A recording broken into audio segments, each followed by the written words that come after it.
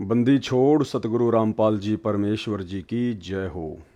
सत्साई भाई और बहनों, दया परमपिता परमेश्वर सतगुरु रामपाल जी भगवान की, जिनके शुभ आशीर्वाद से लगातार इसार जेल से आए हुए इस 80 पेज के लेटर जिसकी पुस्तक बनी हुई है जब जब भूल पड़े, इसके ऊपर हमारे 4 पार्ट कंप्लीट हो चुके हैं। 4 पार्ट देखने के लिए आप जी इस वीडियो के ऊपर जो टाइटल है उसमें लिंक दिए गए हैं, आप जी देख सकते हैं। और परमेश्वर ने बहुत बड़ी दया बख्शी, काफ़ी कुछ बातें भगत समाज को, जिन बातों से भगत समाज अभी तक अनजान था, सतलोक आश्रम मैनेजमेंट हरियाणा के विषय में, संजय दिल्ली वाले के विषय में परमेश्वर जी ने बहुत कुछ खुलकर लिख दिया है। और 80 पेज का ये टोटल लेटर है। इस पर लगभग 4 वीडियो और बनेंगे। तो भाई और बहनों, आज हम 40 से लेकर 50 पेज तक पढ़ेंगे और 40 से 50 के बीच में परमात्मा ने संजय दिल्ली वाले के अज्ञान और पाखंड के ऊपर गीता जी से बहुत सारे श्लोकों को लेकर उनका खंडन किया है, उसकी झूठ का पर्दाफाश किया है। तो जहाँ जहाँ आवश्यकता होगी दास आपको विश्लेषण करके समझाएगा, अन्यथा दास आपका कीमती समय बर्बाद नहीं करेगा। जैसे परमेश्वर जी ने लिखा हुआ है वैसे ही दास आपको पढ़ाकर सुनाएगा। और जहाँ आवश्यकता पड़ेगी, क्योंकि 2-3 पॉइंट ऐसे हैं इन 10 पेज के अंदर जो कि बहुत ही ज़्यादा इम्पोर्टेंट हैं, तो आप सभी भाई बहन बड़े ध्यान से इस वीडियो को देखिएगा। परमात्मा दया करेंगे, बहुत सारी चीज़ें हमारे समझ में आएंगी। तो 40 पेज हमारे कंप्लीट हो चुके थे।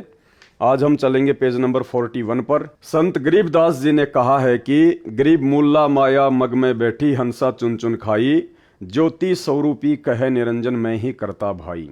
एक न करता दो न करता नो ठहराए भाई, 10वां भी दूंदर में मिलेगा सत्य कबीर दुहाई।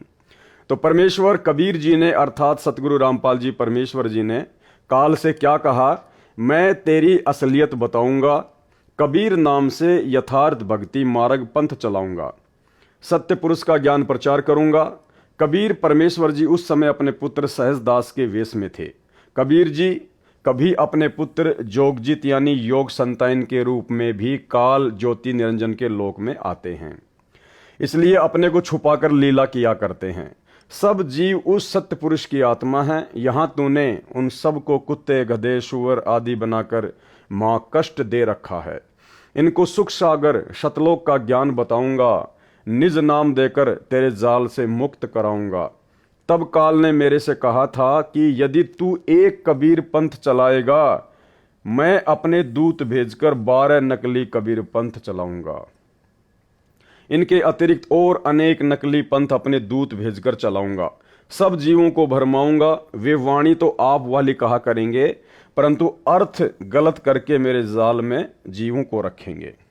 हे धर्मदास, मेरे पृथ्वी पर आने के पश्चात ज्योति निरंजन काल ने अपने प्रमुख दूतों को बुलाया तथा कहा कि मेरा दुश्मन कबीर मृत्यु लोक अर्थात पृथ्वी लोक पर गया है।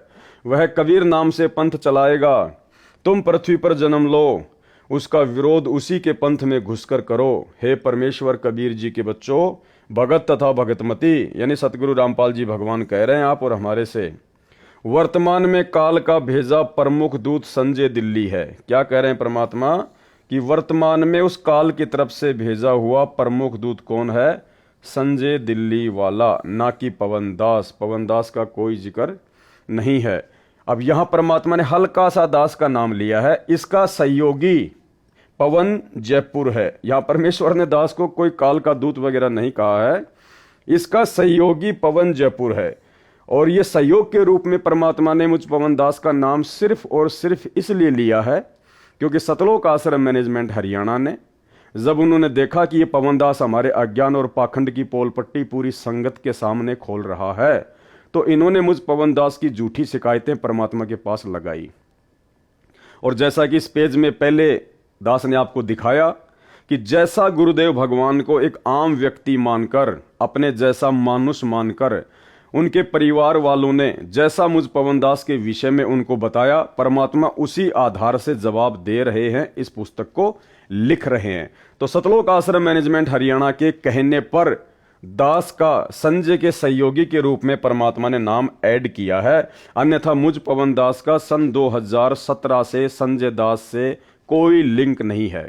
आज लगभग 6 से 7 वर्ष हो चुके हैं, दास ने उसका चेहरा भी नहीं देखा है। तथा मेरी संगत के वे भगत व भगतमती भी काल प्रेरित हैं, जो इस झूठे कपटी तत्व ज्ञानहीन प्राणी दूत संजय के साथ लगे हैं, ना कि पवन दास के साथ लगे हैं।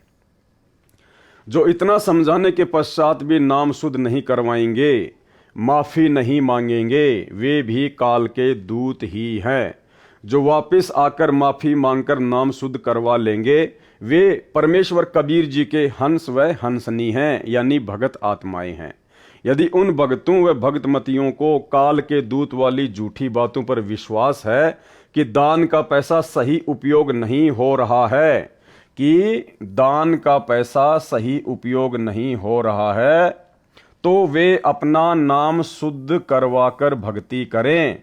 अब यहां पर गुरुदेव भगवान ने संजय दिल्ली वाले को आधार बनाकर, क्योंकि ये 80 पेज का लेटर खाली संजय दिल्ली वाले के ऊपर ही नहीं भेजा है परमात्मा ने, संजय दिल्ली वाले के कुकर्मों को और अज्ञान को आधार बनाकर परमात्मा ने अपने ही कलयुगी परिवार अर्थात सतलोक आश्रम मैनेजमेंट हरियाणा की भी पोल पट्टी संगत के सामने खोलनी थी। तो परमेश्वर अब दान के विषय में क्या कहने जा रहे हैं। जो भगत समाज आश्रमों से जुड़ा हुआ है और जो अंधा होकर ज्योति पाठ और दान का पैसा उन कुपात्रों को, गुरुदेव के कलयुगी बेटा बेटी भाई बंधु रिश्तेदारों को, सतलोक आश्रम मैनेजमेंट हरियाणा वालों को दे रहा है और अपने कर्म फोड़ रहा है, उनके लिए परमात्मा यहां पर संजय दिल्ली वाले को आधार बनाकर क्या संकेत कर रहे हैं, संगत के लिए परमात्मा का क्या आदेश है। तो गुरुदेव क्या कह रहे हैं कि दान का पैसा सही उपयोग नहीं हो रहा है तो वे नाम शुद्ध करवाकर भक्ति करें, दान ना करें, क्योंकि ये सत्य है। दान रूप में चाहे 1 रुपया हो चाहे लाख रुपया हो, भक्ति का विधान यही कहता है कि दान केवल भगत ने अपने सुपात्र सतगुरुदेव भगवान के हाथों में ही देना होता है, क्योंकि 21 ब्रह्मांड में सतगुरु के अलावा कोई भी सुपात्र नहीं है। तो ये सर्व संगत के लिए परमात्मा का संकेत है, आदेश है। इस पुस्तक जब जब भूल पड़े के माध्यम से हिसार जेल से सतगुरु रामपाल जी भगवान का, दान ना करें, जो भी दान करना है उस पैसे को अलग रखते रहो। यानी आपके मन में अगर दान करने की इच्छा होती है तो आप जी परमात्मा को संकल्प कर लो, अपने घर पर जहां भी आपने परमात्मा का दरबार लगा रखा है, आप वहां पर परमात्मा को संकल्प कर लो कि हे परमपिता परमेश्वर, सारी सृष्टि के रचनहार सतगुरु रामपाल जी परमेश्वर, आपका दास या दासी आप जी को ज्योति का संकल्प करता है या पाठ प्रकाश का संकल्प करता है, या परमात्मा ये 50,000 रुपये या 5,000 रुपये दास आपको संकल्प करता है, परमेश्वर आप जी इसको स्वीकार करें। और जब आप हिसार जेल से किसी भी आश्रम में या कहीं भी बाहर आओगे, परमात्मा उस समय ये संकल्प किया हुआ दान आप सुपात्र सतगुरुदेव भगवान के कर कमलों में सौंप दूंगा। तो परमेश्वर का भक्ति विधान कहता है कि साधु भूखा भाव का, धन का भूखा नहीं, और जो कोई धन का भूखा वो साधु भी नहीं। और वर्तमान में परमात्मा को किसी के पैसे की आवश्यकता भी नहीं है, क्योंकि पिछले 9 साल से गुरुदेव भगवान शारीरिक रूप से हिसार जेल में हैं। उनको केवल 2 टाइम की रोटी और 2 जोड़ी कपड़े जो प्रशासन उपलब्ध करवाता है, उनके पास आपके दान की एक फूटी कोड़ी भी नहीं जा रही है। आपके दान का सरेआम दुरुपयोग राजनीति में, आरक्षणबाजी में, गुंडों की सीबीआई जांच करवाने में, धनाना गांव में बैडमिंटन का स्टेडियम बनाने में, गांव वालों के लिए बसें एम्बुलेंस चलाने में, रोड़े बनाने में, धनाना आश्रम में फालतू में हॉस्पिटल बनाने में, यानी तरह तरह के कुकर्मों में गुरुदेव का काल एजेंट कलयुगी परिवार वर्तमान में आपके द्वारा दिए गए ज्योति पाठ या अन्य दान का दुरुपयोग ही कर रहा है। तो परमेश्वर जी ने, सतगुरु रामपाल जी भगवान ने संजय दिल्ली वाले को आधार बनाकर अपनी पूरी संगत को यह निर्देशित कर दिया है, आदेश दे दिया है, उनको एक रास्ता बता दिया है कि आप वर्तमान में सतलोक आश्रम मैनेजमेंट हरियाणा को दान ना करें। देखो भाइयों और बहनों, बहुत सारी शंकाएं आपके मन में हो सकती हैं। कि हम तो जो गुरुजी के हिसार जेल से ऑडियो आते हैं, वीडियो कॉल आती हैं, उनमें तो गुरुजी कहते हैं कि बच्चों खुल के दान करो, खुल के दान करो। देखो भाई और बहनों, परमात्मा एक तीर से अनेकों शिकार करते हैं। जो नादान संगत है, जो भोली संगत है, जो तत्व ज्ञान से फिलहाल अपरिचित संगत है, जो परमात्मा के मिशन से अपरिचित है, परमात्मा ने उनको एक जगह जोड़कर भी रखना है। अगर वे आत्माएं आश्रमों में नहीं आएंगी, नहीं जाएंगी, क्योंकि साध संगति की उनको जानकारी नहीं है। साध संगति से जुड़ने के लिए उनको डराया जाता है, धमकाया जाता है कि तुम्हारा नाम खंड हो जाएगा, तुम्हारा पीला पर्चा निकाल देंगे, तुम्हारी नो एंट्री कर देंगे, गुरुजी के पास तुम्हारी शिकायत भेज देंगे, तुम्हें गुरुद्रोही घोषित कर देंगे, गुरुजी के आने के बाद तुम्हें आश्रम में एंट्री नहीं देंगे। तो उन आत्माओं को इस प्रकार से डरा दिया गया है। अब वे आत्माएं जो ज्ञान में कमजोर हैं, साध संगति से नहीं जुड़ पा रही हैं, गुरुजी के ज्ञान को आधार नहीं बना पा रही हैं, तो गुरुदेव को पता है कि ऐसी स्थिति में घर बैठकर भी भक्ति सफल नहीं की जा सकती जब तक भगत को ज्ञान पूर्ण नहीं है। तो परमेश्वर ने उनको आश्रमों से जोड़ के भी रखना है ताकि वो आते रहें, जाते रहें, भक्ति मार्ग से जुड़े रहें, अन्यथा वो दूसरे पंथों में जाकर अपना सब कुछ बर्बाद कर देंगे। दूसरा, परमात्मा ने थोड़ा बहुत ज्ञान प्रचार भी इन लोगों के माध्यम से करवाना है, सतलोक आश्रम मैनेजमेंट हरियाणा के माध्यम से। अन्यथा भाइयों और बहनों, आपने कहानी सुनी होगी जो परमात्मा अक्सर अपने सत्संगों में बताते हैं कि एक शिष्य था, उसके गुरु ने उसको एक सिद्धि करवा दी और गुरु ने कहा कि बेटा मेरी गैर हाजिरी में इस सिद्धि का प्रयोग मत करना। गुरु कुछ दिन के लिए बाहर चला गया। पीछे से चेले ने देखा कि भाई सारा काम मुझे करना पड़ रहा है, गुरुजी ने मुझे एक सिद्धि करवाई थी, क्यों ना मैं उस सिद्धि का प्रयोग करूं। उसने सिद्धि का प्रयोग किया। तुरंत वहां पर एक जो है वो जिन्न प्रकट हो गया और जिन्न ने कहा कि भाई मुझे काम बता, अगर काम नहीं बताएगा तो मैं तेरी गर्दन मरोड़ूंगा। तो उसने काम बताया कि गांव से जाके आटा लिया, वो फटाफट आटा मांग के ले आया, लकड़ी इकट्ठी करके ले आ, लकड़ी ले आ, रोटी बना दी, झाड़ू निकाल दी। अब उसने देखा भाई इसको क्या काम बताऊं, और वो बोला मुझे काम पे लगा के रखना, अगर मुझे तूने फ्री छोड़ दिया तो मैं तेरी गर्दन मरोड़ूंगा। अब चेलाराम बड़ा दुखी, बड़ा परेशान हो गया, रो रो के गुरुजी को याद करने लगा कि आज ये मुझे मारेगा। इतने में गुरुजी उसको आते हुए दिखाई दिए। चेलाराम दौड़ के गया, गुरुजी के चरणों में गिर गया, रोने लगा। बोला भाई क्या हुआ?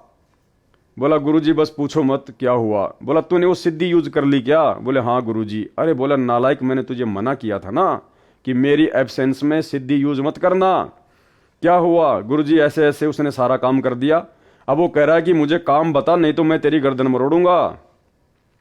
तो गुरुदेव ने कहा कि चल उसको ऐसा बोल कि वो एक लंबा सा बांस लेके आ जाए। तो उसने कहा कि भाई तू एक लंबा सा बांस लेके आ जा। वो फटाफट एक बांस लेके आ गया। अब इसको ये बोल कि जमीन में इसको गाड़ दे बांस को। उसने फटाफट खोद के गड्ढा और जमीन में बांस को गाड़ दिया। फिर गुरुदेव ने कहा कि अब इसको बोल कि इस बांस के ऊपर चढ़ और उतर, जब तक मैं तुझे दूसरा काम ना बताऊं तब तक तू इस बांस के ऊपर चढ़ेगा और उतरेगा और चढ़ेगा उतरेगा, यही काम तू करता रहे। तो उसने ऐसा ही किया, जिन अपने काम पे लग गया और चेले राम की जान बच गई। तो भाइयों और बहनों, ये जो सतलोक आश्रम मैनेजमेंट हरियाणा है ना, ये है जिन्न, ये भगत नहीं है। भक्ति के तो आसपास भी नहीं है ये लोग। गुरुदेव भगवान को पता है कि ये जिन्न हैं, ये भूत हैं, ये काल के एजेंट हैं। भक्ति तो इनसे हो नहीं सकती, अच्छे कर्म तो इनसे हो नहीं सकते। इनको यदि किसी ने किसी काम पर लगाकर नहीं रखा तो ये और ज्यादा अपने कर्म बिगाड़ेंगे, मेरी संगत की भी ऐसी की तैसी करेंगे।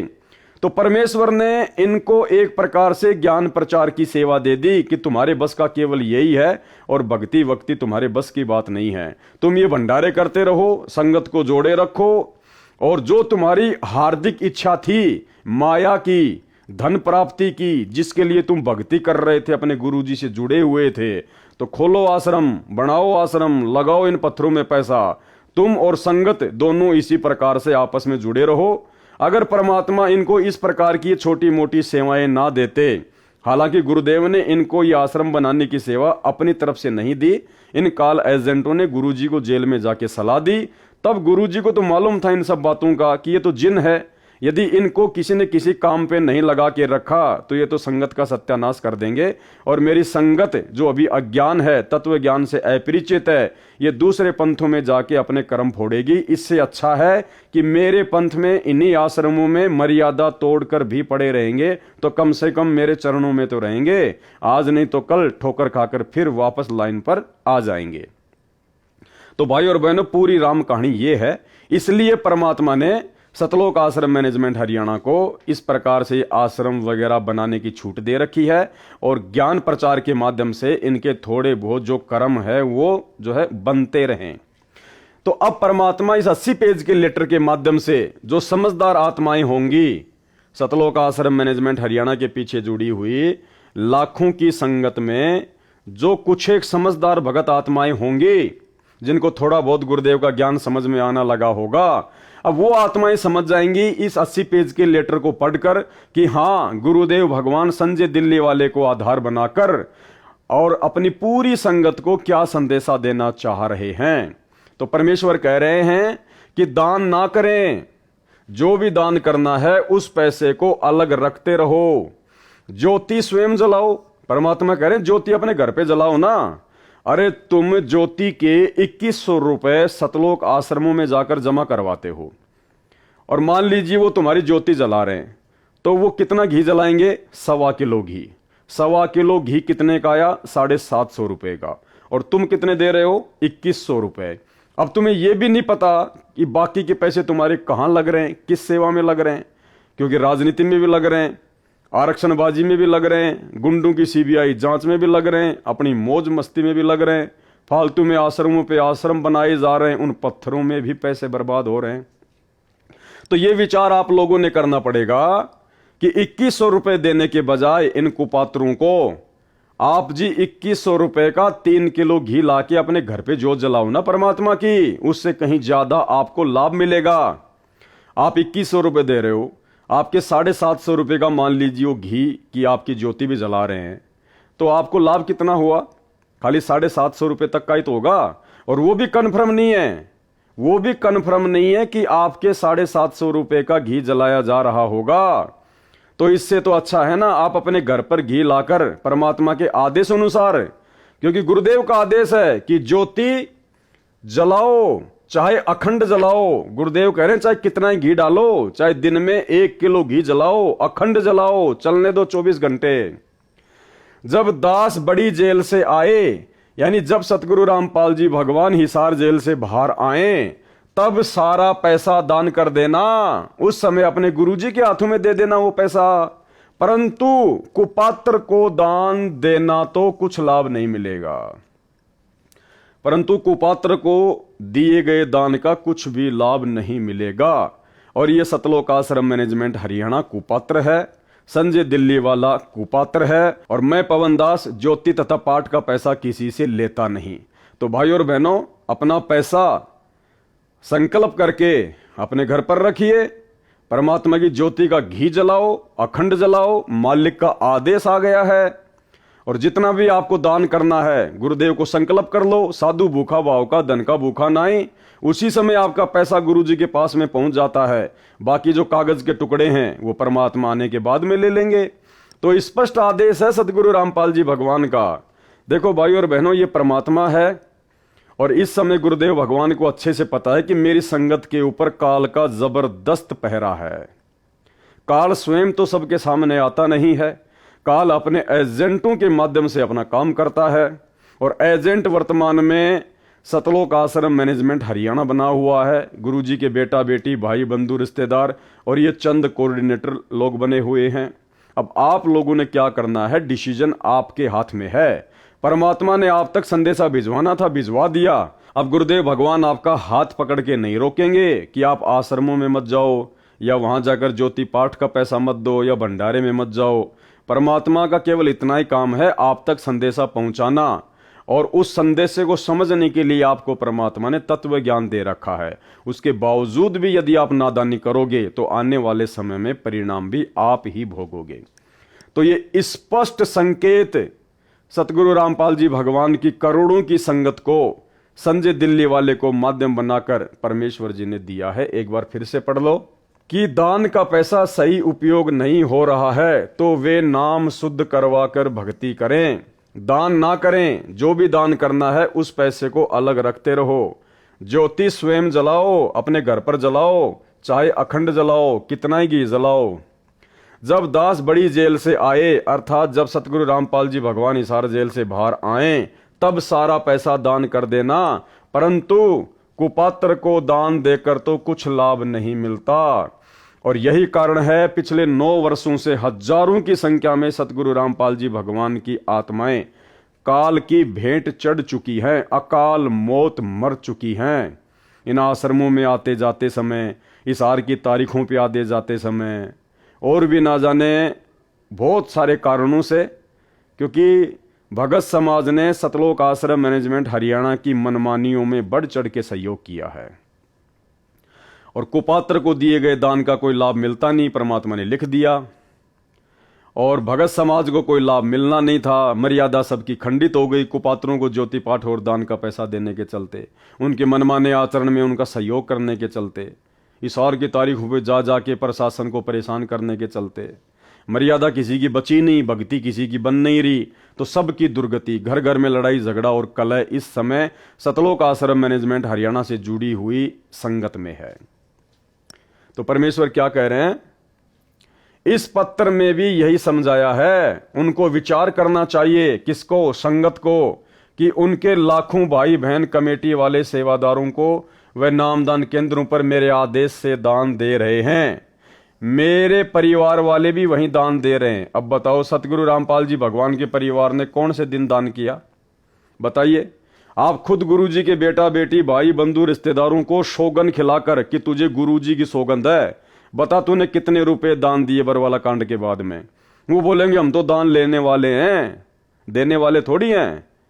अरे सतलोक आश्रम मैनेजमेंट हरियाणा अर्थात गुरुजी का परिवार अर्थात कमेटी, ये एक ही है।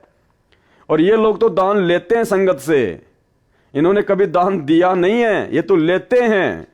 तो विचार करना चाहिए भाइयों बहनों। परमात्मा ने जो हकीकत थी वो ऊपर बता दी, और यहां गुरुदेव ने संकेत भी कर दिया कि मेरे परिवार वाले भी वहीं पर दान दे रहे हैं, जबकि गुरुदेव का परिवार 1 रुपया भी जेब से निकाल के नहीं देता, 1 रुपया भी, क्योंकि उनके पास में अपना पैसा है ही नहीं, उनके पास में पैसा है ही नहीं। वो तो खुद संगत के दान के ऊपर हराम के टूक तोड़ रहे हैं, संगत के दान के ऊपर अपना पेट भर रहे हैं, वो कहां से दान करने वाले हैं। तो ये संकेत है परमात्मा का, समझदार समझ जाएंगे। क्या उन्होंने सब जांच पड़ताल नहीं की होगी? गुरुदेव कह रहे हैं क्या संगत ने मेरे परिवार वालों को ज्योति पाठ और दान का पैसा देने से पहले क्या जांच पड़ताल नहीं की होगी?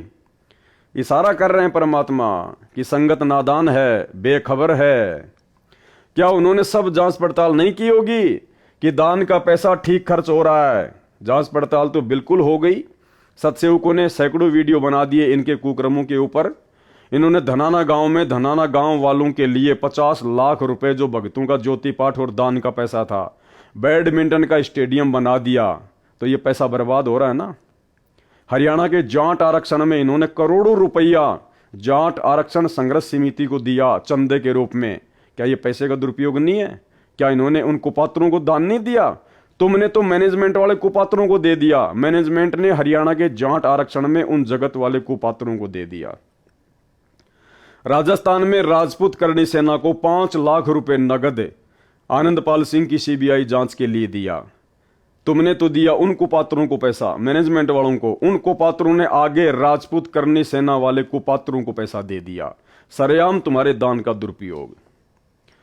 क्या उन्होंने सब जांच पड़ताल नहीं की होगी कि दान का पैसा ठीक खर्च हो रहा है या गलत है? देखो संकेत कर रहे हैं परमात्मा ये प्रश्नवाचक चिन्ह लगाकर कि गलत।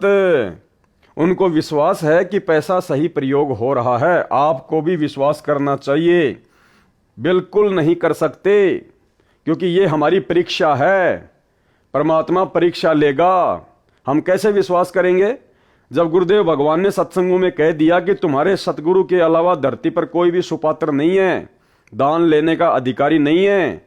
फिर हम कैसे अपने जैसे 2 कोटि के जीवों को पैसा देके विश्वास करें? कर ही नहीं सकते। गुरु बिन दान पुण्य जो कर ही मिथ्या होय कभू न फल ही। गुरु बिन माला फेरते, गुरु बिन देते दान, गुरु बिन दोनों निष्फल है, चाहे पूछो वेद पुराण। ये है परमात्मा का विधान। तो ये जो लाइन लिखी है परमात्मा ने, आपको भी विश्वास करना चाहिए। अपने सत्संगों में परमात्मा ने यह कभी नहीं कहा कि आपको अपने जैसे 2 कोड़ी के भक्तों को दान देना चाहिए, या भगत दान लेने के लिए सुपात्र है, या आपको उन पर विश्वास करना चाहिए। ये परमात्मा ने कभी भी अपने सत्संगों में नहीं कहा। इसलिए ये हम भक्तों की परीक्षा है। बात अब ज्योति के 2100 रुपए की करता हूं। कबीर कहे कबीर पुकार के, दोए बात लख ले, एक साहिब की भक्ति व भूखों को कछु दे। कबीर धन चाहे तो दान कर, मुक्ति चाहे जप नाम, जो कोई दोनों नी इच्छा करे, करे सब ही काम। कबीर गुरु से शिष्य जब दीक्षा मांगे, मन कर्म वचन धरे धन आगे। गुरु से शिष्य जब दीक्षा मांगे, तो आप दीक्षा किससे मांग रहे हो भाई? आपको तो सतलोक आश्रम मैनेजमेंट हरियाणा दीक्षा दे रहा है, आपको तो अपने जैसे 2 कोड़ी के जीव दीक्षा दे रहे हैं। तो मन कर्म वचन और वो धन अपने गुरुजी के सामने रखा जाता है, ना कि भगत भाइयों के सामने। गरीबदास जी ने कहा है कि तन मन धन सब अर्पिए, भक्ति मुक्ति के काज, और जिनके उर में बंदगी, तो क्या इंदर का राज। कबीर 10वां अंश गुरु को दीजिए, जीवन जन्म सफल कर लीजिए। और तुम दान रूप में 10वें अंश का पैसा किसको दे रहे हो? सतलोक आश्रम मैनेजमेंट हरियाणा को। जबकि 10वें अंश का पैसा दान रूप में किसको दिया जाता है? अपने गुरु को। तो टोटल भक्ति विधान के खिलाफ आपका हर एक कदम बढ़ रहा है। गीता अध्याय 3 श्लोक 10-15 में भी यही कहा है कि श्लोक नंबर 10, प्रजापिता यानी परमेश्वर कबीर जी ने सृष्टि के प्रारंभ में प्रजाओं की तथा यज्ञों अर्थात धार्मिक अनुष्ठानों के ज्ञान की रचना करके यानी सूक्ष्म वेद बताकर कहा कि तुम प्रजाजन मेरे द्वारा बताए धार्मिक अनुष्ठान विधान के अनुसार धार्मिक क्रिया करके उसके द्वारा वृद्धि को प्राप्त हो जाओ, यानी धनी बनो व भक्ति से भगत बनो। ये विधान अनुसार किया धार्मिक अनुष्ठान तुम सब साधकों को इच्छित पदार्थ प्राप्त करवाने वाले हों। मेरे अतिरिक्त जितने भी गीता के अनुवाद करता हैं, गुरुदेव भगवान कह रहे हैं, मेरे अतिरिक्त जितने भी गीता के अनुवाद करता हैं उन सब ने ब्रह्मा को प्रजापति लिखा है, उनकी बुद्धि काल ने बंद कर रखी है। श्लोक नंबर 11, इस यज्ञ यानी मर्यादा में रहकर किए गए धार्मिक अनुष्ठान द्वारा देवताओं को उन्नत करो। वे देवता तुम सब साधकों स्त्री पुरुष को उन्नत करें, यानी भौतिक व आध्यात्मिक धन के धनी बनाएं। इस प्रकार निस्वार्थ भाव से आपस में एक दूसरे को उन्नत करते हुए तुम सब पर यानी ज्योति निरंजन वाले मोक्ष लाभ से दूसरा जो पूर्ण मोक्ष लाभ है उस कल्याण को प्राप्त हो जाओ। गीता अध्याय 15 श्लोक 1 से 4 में पूर्ण ब्रह्म को तो वृक्ष की जड़ बताया तथा अक्षर पुरुष को तना, क्षर पुरुष ज्योति निरंजन को डार, तीनों देवताओं रजगुण ब्रह्मा, सतगुण विष्णु, तमगुण शिव को शाखा तथा पत्तों को संसार बताया है।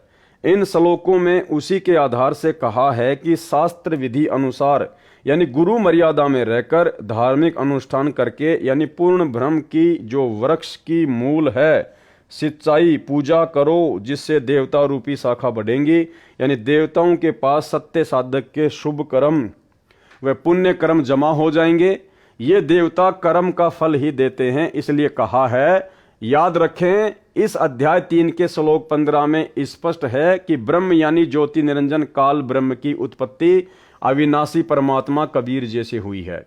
वह सर्वगतम ब्रह्म सर्वव्यापी परम अक्षर परमात्मा नित्यम नित्य ही सदा ही धार्मिक अनुष्ठानों में प्रतिष्ठित है, यानी इष्ट रूप में पूज्य है। जैसे गीता अध्याय 15 श्लोक 1 से 4 तथा 16 से 15 में कहा है कि यह संसार पीपल के उल्टे लटके पेड़ के समान है, जिसकी जड़ तो ऊपर परम अक्षर परमात्मा जानो तथा नीचे तीनों गुणों रजगुण ब्रह्मा, सतगुण विष्णु तथा तमगुण शिव को शाखा जानो। जो इस संसार रूप वृक्ष के सर्व भागों को जानता है कि उस संसार रूप वृक्ष का तना कौन देव है, डार कौन देव है, जड़ कौन प्रभु है, शाखाएं कौन देवता हैं, पत्ते क्या कहें। जो व्यक्ति उस संसार रूप वृक्ष को इस प्रकार विस्तार से जानता है वह संत वेद के तात्पर्य को जानने वाला है, यानी तत्वदर्शी संत है। कबीर परमेश्वर जी स्वयं सतगुरु बनते हैं तथा तत्व ज्ञान बताते हैं। क्या कह रहे हैं गुरुदेव? कबीर परमेश्वर जी स्वयं सतगुरु बनते हैं। क्या बनते हैं? सतगुरु, जो आज सतगुरु बनकर आप और हमारे बीच में प्रकट हैं। कबीर परमात्मा स्वयं ही सतगुरु की भूमिका निभाते हैं। परमेश्वर कबीर जी ने बताया है कि कबीर अक्षर पुरुष एक पेड़ है, निरंजन वा की डार, तीनों देवा शाखा हैं, पात रूप संसार। इसका विस्तृत वर्णन पहले इसी पत्र समझा है तो सिर धर पांव में कर दिया है। यहाँ पर अध्याय 3 के श्लोक 10-15 का इसी प्रकरण से संबंध है, इसलिए आंशिक वर्णन करना अनिवार्य था, वह किया है ताकि इनका यथार्थ भाव पढ़ने वाले को आसानी से समझ में आ जाए। Page number 43। गीता अध्याय 3 श्लोक 12। धार्मिक अनुष्ठान जो गुरु जी की आज्ञा से करवाए जाते हैं। धार्मिक अनुष्ठान क्या है? ज्योति करवाना, पाठ करवाना, भंडारा करवाना। क्या कह रहे हैं सतगुरु रामपाल जी भगवान कि धार्मिक अनुष्ठान जो गुरु जी की आज्ञा से करवाए जाते हैं। क्या आप संगत वाले इसार जेल में गुरुदेव से ज्योति या पाठ करवाने का आदेश लेके आए थे? अब लाखों की संख्या में जो भाई बहन आंखें बंद करके ज्योति पाठ करवा रहे हैं उन आश्रमों में, उनको पात्रों को, क्या परमेश्वर के भक्ति विधान अनुसार गीता अध्याय 3 श्लोक 12 के अनुसार कोई भी धार्मिक अनुष्ठान करवाने से पहले क्या आपने इसार जेल में जाकर अपने गुरुदेव से आज्ञा प्राप्त की? नहीं की। आपने परमेश्वर की मर्यादाएं तोड़ी है। उन द्वारा बढ़ाए गए देवता तुम सब साधकों को कर्मों अनुसार इच्छित पदार्थ बिना मांगे निश्चय ही देते रहेंगे। उन देवताओं द्वारा किए हुए पदार्थों को जो उनको बिना दिए, यानी 10वां अंश पूर्ण गुरु को दिए बिना स्वयं भोगता है, प्रयोग करता है, वह परमात्मा का चोर बताया है। विवेचन गीता अध्याय 15 श्लोक 1 से 4, 16 से 17 का सार यह है कि यह संसार एक वृक्ष के तुल्य जानो, जिसकी जड़ को परम अक्षर ब्रह्म यानी पूर्ण ब्रह्म जानो, तने को अक्षर पुरुष यानी पर ब्रह्म जानो, एक मोटी डार को ज्योति निरंजन काल ब्रह्म यानी क्षर पुरुष जानो, और मानो कि उस डार को 3 शाखाएं हैं, उनको रजगुण ब्रह्मा, सतगुण विष्णु तथा तमगुण शिव जानो। इन तीनों शाखाओं को जितने पत्ते लगे हैं उनको संसार के जीव जंतु मानव जानो। पौधे से पेड़ बनता है, जैसे बीज बोया पौधा बना, उस पौधे की मूल को जल डाला यानी सिंचाई की तो पौधे के सब अंग जैसे तना, डार, शाखा व पत्ते विकसित हुए, पौधा पेड़ बना। फिर शाखाओं को फल लगे, बिना मांगे ही फल अपने पेड़ से मिलने लगे, पक पक कर गिरने लगे। यह एक उदाहरण है। गीता में लिखे प्रसंग को दास ने ठीक से समझा और समझाया है, जो वर्तमान तक किसी ऋषि, महर्षि व देवताओं को समझ नहीं आया था।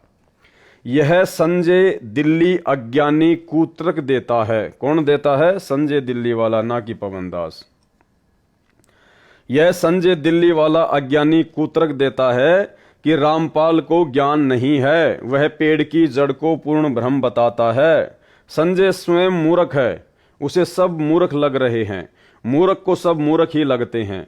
दास ने कहा है कि न तो पेड़ पूर्ण ब्रह्म है, न उसकी जड़, न मिट्टी जिससे पेड़ को पोषक तत्व प्राप्त होते हैं। यह तो प्रकरणवश उदाहरण देकर गीता में तथा सूक्ष्म वेद में अध्याय ज्ञान समझाया है। परमात्मा कहते हैं जो मैंने उदाहरण दिया है ना कि अक्षर पुरुष एक पेड़ है, निरंजन वा की डार, तीनों देवा शाखा हैं, ये पात रूप संसार। तो संजय दिल्ली वाले ने कहा कि संत रामपाल जी तो कहते हैं कि पेड़ की जो जड़ है, जो जमीन में है, जो गुप्त है, दिखाई नहीं देती, वो कबीर भगवान है, जिससे पूरा पेड़ फलता फूलता है। और संजय ने कहा कि परमात्मा को तो किसी के सहारे की जरूरत नहीं है, लेकिन जड़ को तो मिट्टी और खाद की जरूरत पड़ती है। तो परमेश्वर ने कहा कि ये तो आप मंदबुद्धि जीवों को समझाने के लिए मैंने केवल एक उदाहरण दिया है, बाकी ना तो जड़ परमात्मा है, ना वो मूल परमात्मा है, ना वो शाखा परमात्मा है। ठीक इसी प्रकार भाई और बहनों, जब परमपिता परमेश्वर सतगुरु रामपाल जी भगवान ने सतगुरु की भूमिका निभाते हुए सन 1994 में अपने भक्ति मार्ग को शुरू किया, उस समय यदि ये स्वयं कहते कि मैं कबीर हूं तो कोई भी इनकी भक्ति को स्वीकार नहीं करता। इसलिए परमात्मा ने हमें भक्ति पर लगाकर ज्ञान समझाने के लिए इस कागज की काल्पनिक फोटो को कबीर भगवान की फोटो बताया, केवल एक उदाहरण के रूप में।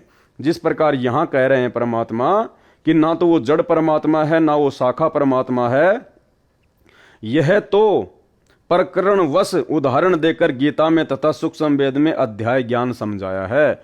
तो इसी प्रकार जो आज भोली संगत है, करोड़ों की संगत है, इस काल्पनिक कागज की फोटो को कबीर भगवान मानकर अपने घर पर रखती है, इसको दंडवत करती है। आश्रमों में इसके बड़े बड़े पोस्टर लगाए जाते हैं, जून के महीने में कबीर प्रकट दिवस मनाया जाता है। ये संगत की नादानी है। ये तो केवल परमात्मा ने एक उदाहरण के रूप में हमारे सामने पेश की, अन्यथा ये कागज का टुकड़ा भगवान नहीं है। असली भगवान कबीर देव तो सतगुरु रामपाल जी के रूप में धरती पर प्रकट हैं।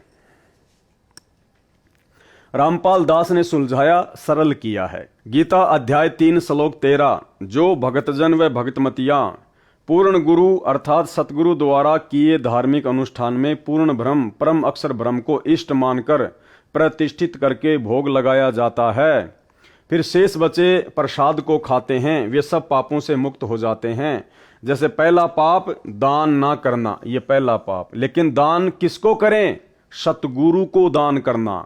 जो सतगुरु को दान नहीं करता, सतगुरु के हाथों में जो दान नहीं करता, वो सबसे पहला पाप है। और इससे बढ़ के पाप जो अपने जैसे गुरु भाइयों को ज्योति पाठ और दान का पैसा देता है गुरु जी की गैर हाजिरी में, उन कुपात्रों को ज्योति पाठ और दान का पैसा देना सबसे बड़ा पाप है।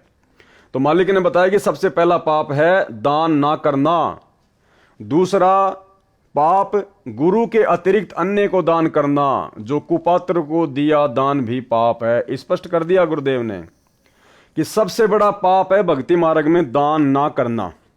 और दान किसको करना चाहिए ये हमें गुरुजी ने बता दिया कि गुरु बिन माला फेरते, गुरु बिन देते दान, गुरु बिन दोनों निष्फल है, चाहे पूछो वेद पुराण। उसके बाद गुरुदेव दूसरा पाप बता रहे हैं। दूसरा पाप गुरु के अलावा अन्य को दान करना, जो कुपात्र को दिया दान भी पाप है। तो गुरु के अलावा गुरु का परिवार, गुरु का बेटा बेटी, भाई बंधु, कोऑर्डिनेटर, ये सब लोग अन्य में आते हैं। गुरु के अतिरिक्त अन्य को दान करना, ये दूसरा सबसे बड़ा पाप है। उसका कोई लाभ नहीं मिलता। बिश्नोई धर्म के प्रवर्तक बाबा जम्बेश्वर जी ने कहा है कि कुपात्र को दान देना ऐसा व्यर्थ जाता है जैसे रेही की जमीन में बीज डालना। रेही की जमीन यानी बंजर जमीन में बीज डालना। तो आप लोग जो वर्तमान में गुरुजी की गैर हाजिरी में तत्व ज्ञान को आधार ना बनाकर इस परीक्षा के समय में जो अपने जैसे जीवों को सतलोक आश्रम मैनेजमेंट हरियाणा को ज्योति पाठ और दान का पैसा दे रहे हैं, परमात्मा कहते हैं आप तो बंजर जमीन में बीज डाल रहे हो, रेही की जमीन में बीज डाल रहे हो। सुपात्र को दिया दान ऐसे लाभ देता है जैसे उपजाऊ डहर। सुपात्र केवल हमारे गुरुदेव भगवान हैं। तीसरा पाप निर्धारित दान न करना। निर्धारित दान यानी 10वां अंश। जैसे ये दास रामपाल दास ज्योति हवन यज्ञ के लिए 1.25 किलोग्राम गाय या भैंस का घी दान करने को कहता है। क्या कह रहे हैं परमात्मा? परमात्मा ने ये नहीं कहा कि तुम 2100 रुपए दान करो, क्योंकि पैसे का तो दुरुपयोग होगा ही होगा। क्या कह रहे हैं परमात्मा? 1 किलो घी दान कर दो। अगर तुम्हें ज्योति करवानी है उन आश्रमों में तो 2100 रुपए ना दो, 1 किलो घी दे दो। तो घी को तो कम से कम दुरुपयोग तो नहीं करेंगे, हवन यज्ञ में लगाएंगे। स्पष्ट कह रहे हैं गुरुजी। जैसे ये दास रामपाल दास ज्योति हवन यज्ञ के लिए 1.25 किलोग्राम गाय या भैंस का घी दान करने को कहता है, 2100 रुपए के लिए नहीं कहा गुरुजी ने। ये 2100 रुपए तो सतलोक आश्रम मैनेजमेंट हरियाणा गुरुजी के नाम की आड़ में संगत से लूट रहा है, ठग रहा है। गुरुजी ने स्पष्ट लिख दिया इस पत्र में कि आपको अगर ज्योति भी करवानी है तो केवल 1 किलो गाय या भैंस का घी दे दो, वहां पर पैसे मत दो। फिर यह भी विधान कहा है कि 10वां अंश सच्चे व पूर्ण गुरु को दान करना चाहिए। 10वें अंश का पैसा किसको दान करना चाहिए? 10वां अंश सच्चे व पूर्ण गुरु को दान करना चाहिए। तो भाई इन आश्रमों में आप जी किसको दान कर रहे हैं? क्या वो गुरु जी का बेटा बेटी भाई बंधु रिश्तेदार, वो कोऑर्डिनेटर जो इन आश्रमों को चला रहे हैं, संभाल रहे हैं, क्या ये लोग सच्चे गुरु हैं क्या तुम्हारे? ये पूर्ण गुरु हैं क्या? तो किसको दान कर रहे हो भाई तुम? स्पष्ट कह रहे हैं गुरुदेव भगवान, 10वां अंश सच्चे व पूर्ण गुरु को दान करना चाहिए। यानी वर्तमान में लाखों की संगत जो इन आश्रमों में आंख बंद करके दान कर रही है, सबका दान व्यर्थ जा रहा है और इसका परिणाम आने वाले चंद समय में आप सभी को देखने को मिलेगा। वह न किया तो भी पूर्ण लाभ नहीं मिलता।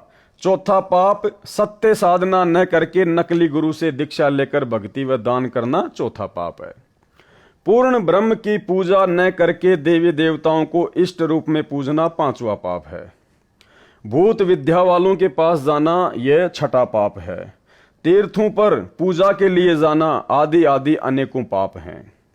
उपरोक्त सब पापों से मुक्ति भक्तों भक्तमतियों को दिलाने के लिए ज्योति यज्ञ के लिए दास रामपाल दास 2100 रुपए दान करने को कहता है। जबकि ऊपर परमात्मा ने स्पष्ट कर दिया कि मैंने कभी नहीं कहा कि आप इन आश्रमों में 2100 रुपया ज्योति का दान करो, क्योंकि यहां तो गुरुजी ने स्पष्ट कर दिया है कि जैसे ये दास रामपाल दास ज्योति हवन यज्ञ के लिए 1.25 किलोग्राम गाय या भैंस का घी दान करने को कहता है।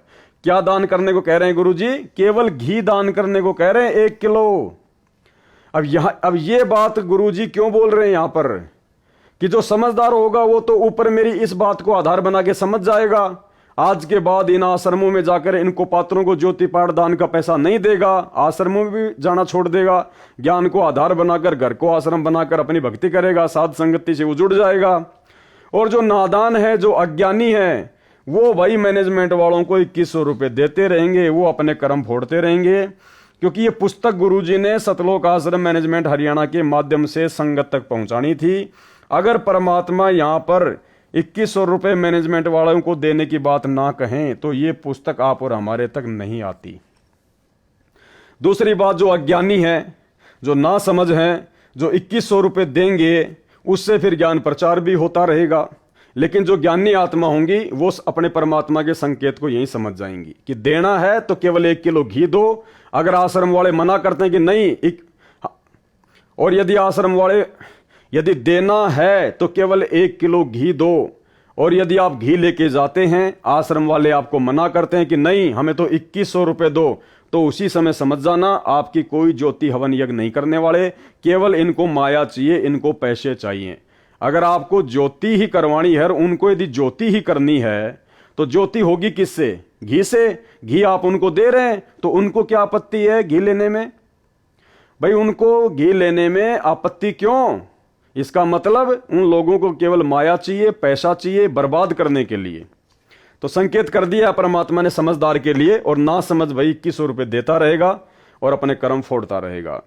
तथा अखंड व खुला पाठ करवाने की भी प्रेरणा करता है परमात्मा, ताकि धीरे धीरे 10वां अंश भी गुरु को दान हो जाए। भगत को एक बार 10वां अंश अधिक लगता है, इस विधि से उनको पापों से बचाता है। सन 2015 के बाद हालात सामान्य होने के पश्चात, यानी बरवाला कांड के बाद जैसे ही हालात सामान्य हुए, डरे हुए भगत वापस इकट्ठा होने लगे। प्रतिवर्ष परमेश्वर कबीर जी के प्रकट दिवस पर विशाल भंडारा किया जाता रहा है। सन 2019 में तो हरियाणा तथा मध्य प्रदेश में दोनों जगह भंडारा किया गया था, जिसमें करोड़ों रुपए का पुण्य किया, तथा जंतर मंतर दिल्ली में लगातार 3 वर्ष भंडारा किया। सन 2020 में कोरोना महामारी के कारण कोई कार्यक्रम नहीं किया गया, तो भी टीवी चैनल पर परमात्मा का प्रगट दिवस मनाया, पाठ किया। अब 23 सितंबर 2020 से 3 आश्रमों में लगातार पाठ किए जा रहे हैं। आगे महीने में एक आश्रम में 2 पाठ 5-5 दिन के लिए किए जाएंगे, जो दास रामपाल दास की आज्ञा से किए जा रहे हैं। यानी इन्होंने गुरुजी से आज्ञा मांगी तो गुरुजी ने इनको कहा होगा, अन्यथा इस परीक्षा के समय में गुरु अपनी तरफ से कोई आदेश किसी को नहीं देगा। महापुण्य प्रदान करेंगे। इसके अतिरिक्त भूखों को घर घर जाकर भोजन सामग्री बांटी जा रही है। कबीर परमेश्वर जी ने कहा है कि कहे कबीर पुकार के दोए बात लख ले, एक साहिब की बंदगी और भूखों को कछु दे।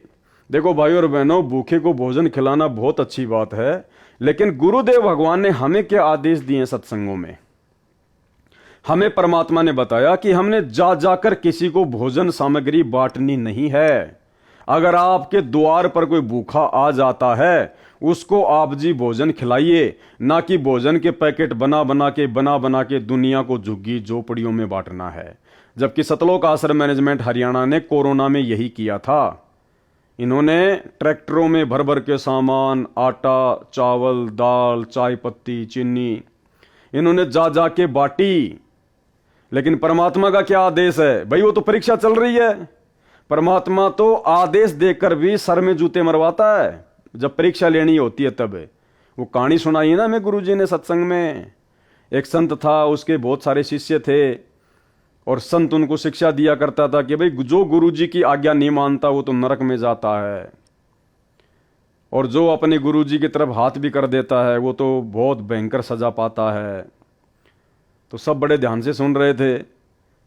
तब संत ने कहा कि भाई मेरा आदेश है, अपने पैर का जूता निकालो और मेरे सर में 5-5 जूते मारो। अब सारे शिष्य धर्म संकट में पड़ गए। बहुत देर हो गई, तब गुरु ने कहा, अरे क्या हुआ, मैं तुम्हें यही शिक्षा देता था क्या? अरे गुरु की आज्ञा का पालन नहीं करोगे तो नरक में जाओगे। अब एक तरफ तो गुरु की आज्ञा और दूसरी तरफ आज्ञा क्या, गुरु के सर में जूते मारना। अब किसी की हिम्मत नहीं पड़ी। अंत में एक शिष्य खड़ा हुआ, गुरु जी के पास आया, अपने पैर का जूता निकाला और अपने सिर में मारे 5। तो इस प्रकार से भाइयों और बहनों, गुरु जो है वो परीक्षा के समय में उल्टा आदेश देकर भी परीक्षा ले सकता है। और अगर इनको आदेश सतगुरु रामपाल जी भगवान की ओर से था कोरोना के समय में जा जाकर लोगों को सामग्री बांटने का, तो ये उनकी परीक्षा थी जिसमें वो लोग फेल हो गए। क्योंकि सत्संग में गुरुजी ने अपना विधान बताया। सत्संग गुरु का पक्का विधान है, अटल विधान है। कल को गुरुजी नहीं रहेंगे सतगुरु रूप में, गुरु रूप में, तब उनके सत्संग रहेंगे। हजारों साल तक जो गुरुजी का मार्ग चलेगा गुरुजी की गैर हाजिरी में, वो गुरुजी के सत्संगों के आधार से ही चलेगा। तो सत्संगों में जो गुरुजी ने अपना विधान बता दिया, जो नियम मर्यादा बता दी, वो अटल है। तो सत्संग में गुरुदेव ने क्या बताया कि आपने जा जाकर किसी को भोजन सामग्री नहीं बांटनी है। अगर आपके द्वार पर कोई भिखारी आ जाता है तो उसको खाना खिला दो।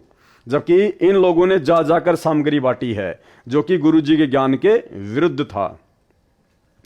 कहे कबीर पुकार के दोए बात लख ले, एक साहिब की बंदगी और भूखों को कछु दे। अर्थात कबीर परमेश्वर जी का आदेश है कि भगत पूर्ण गुरु की शरण में जाए और उसको 10वां अंश दान करे।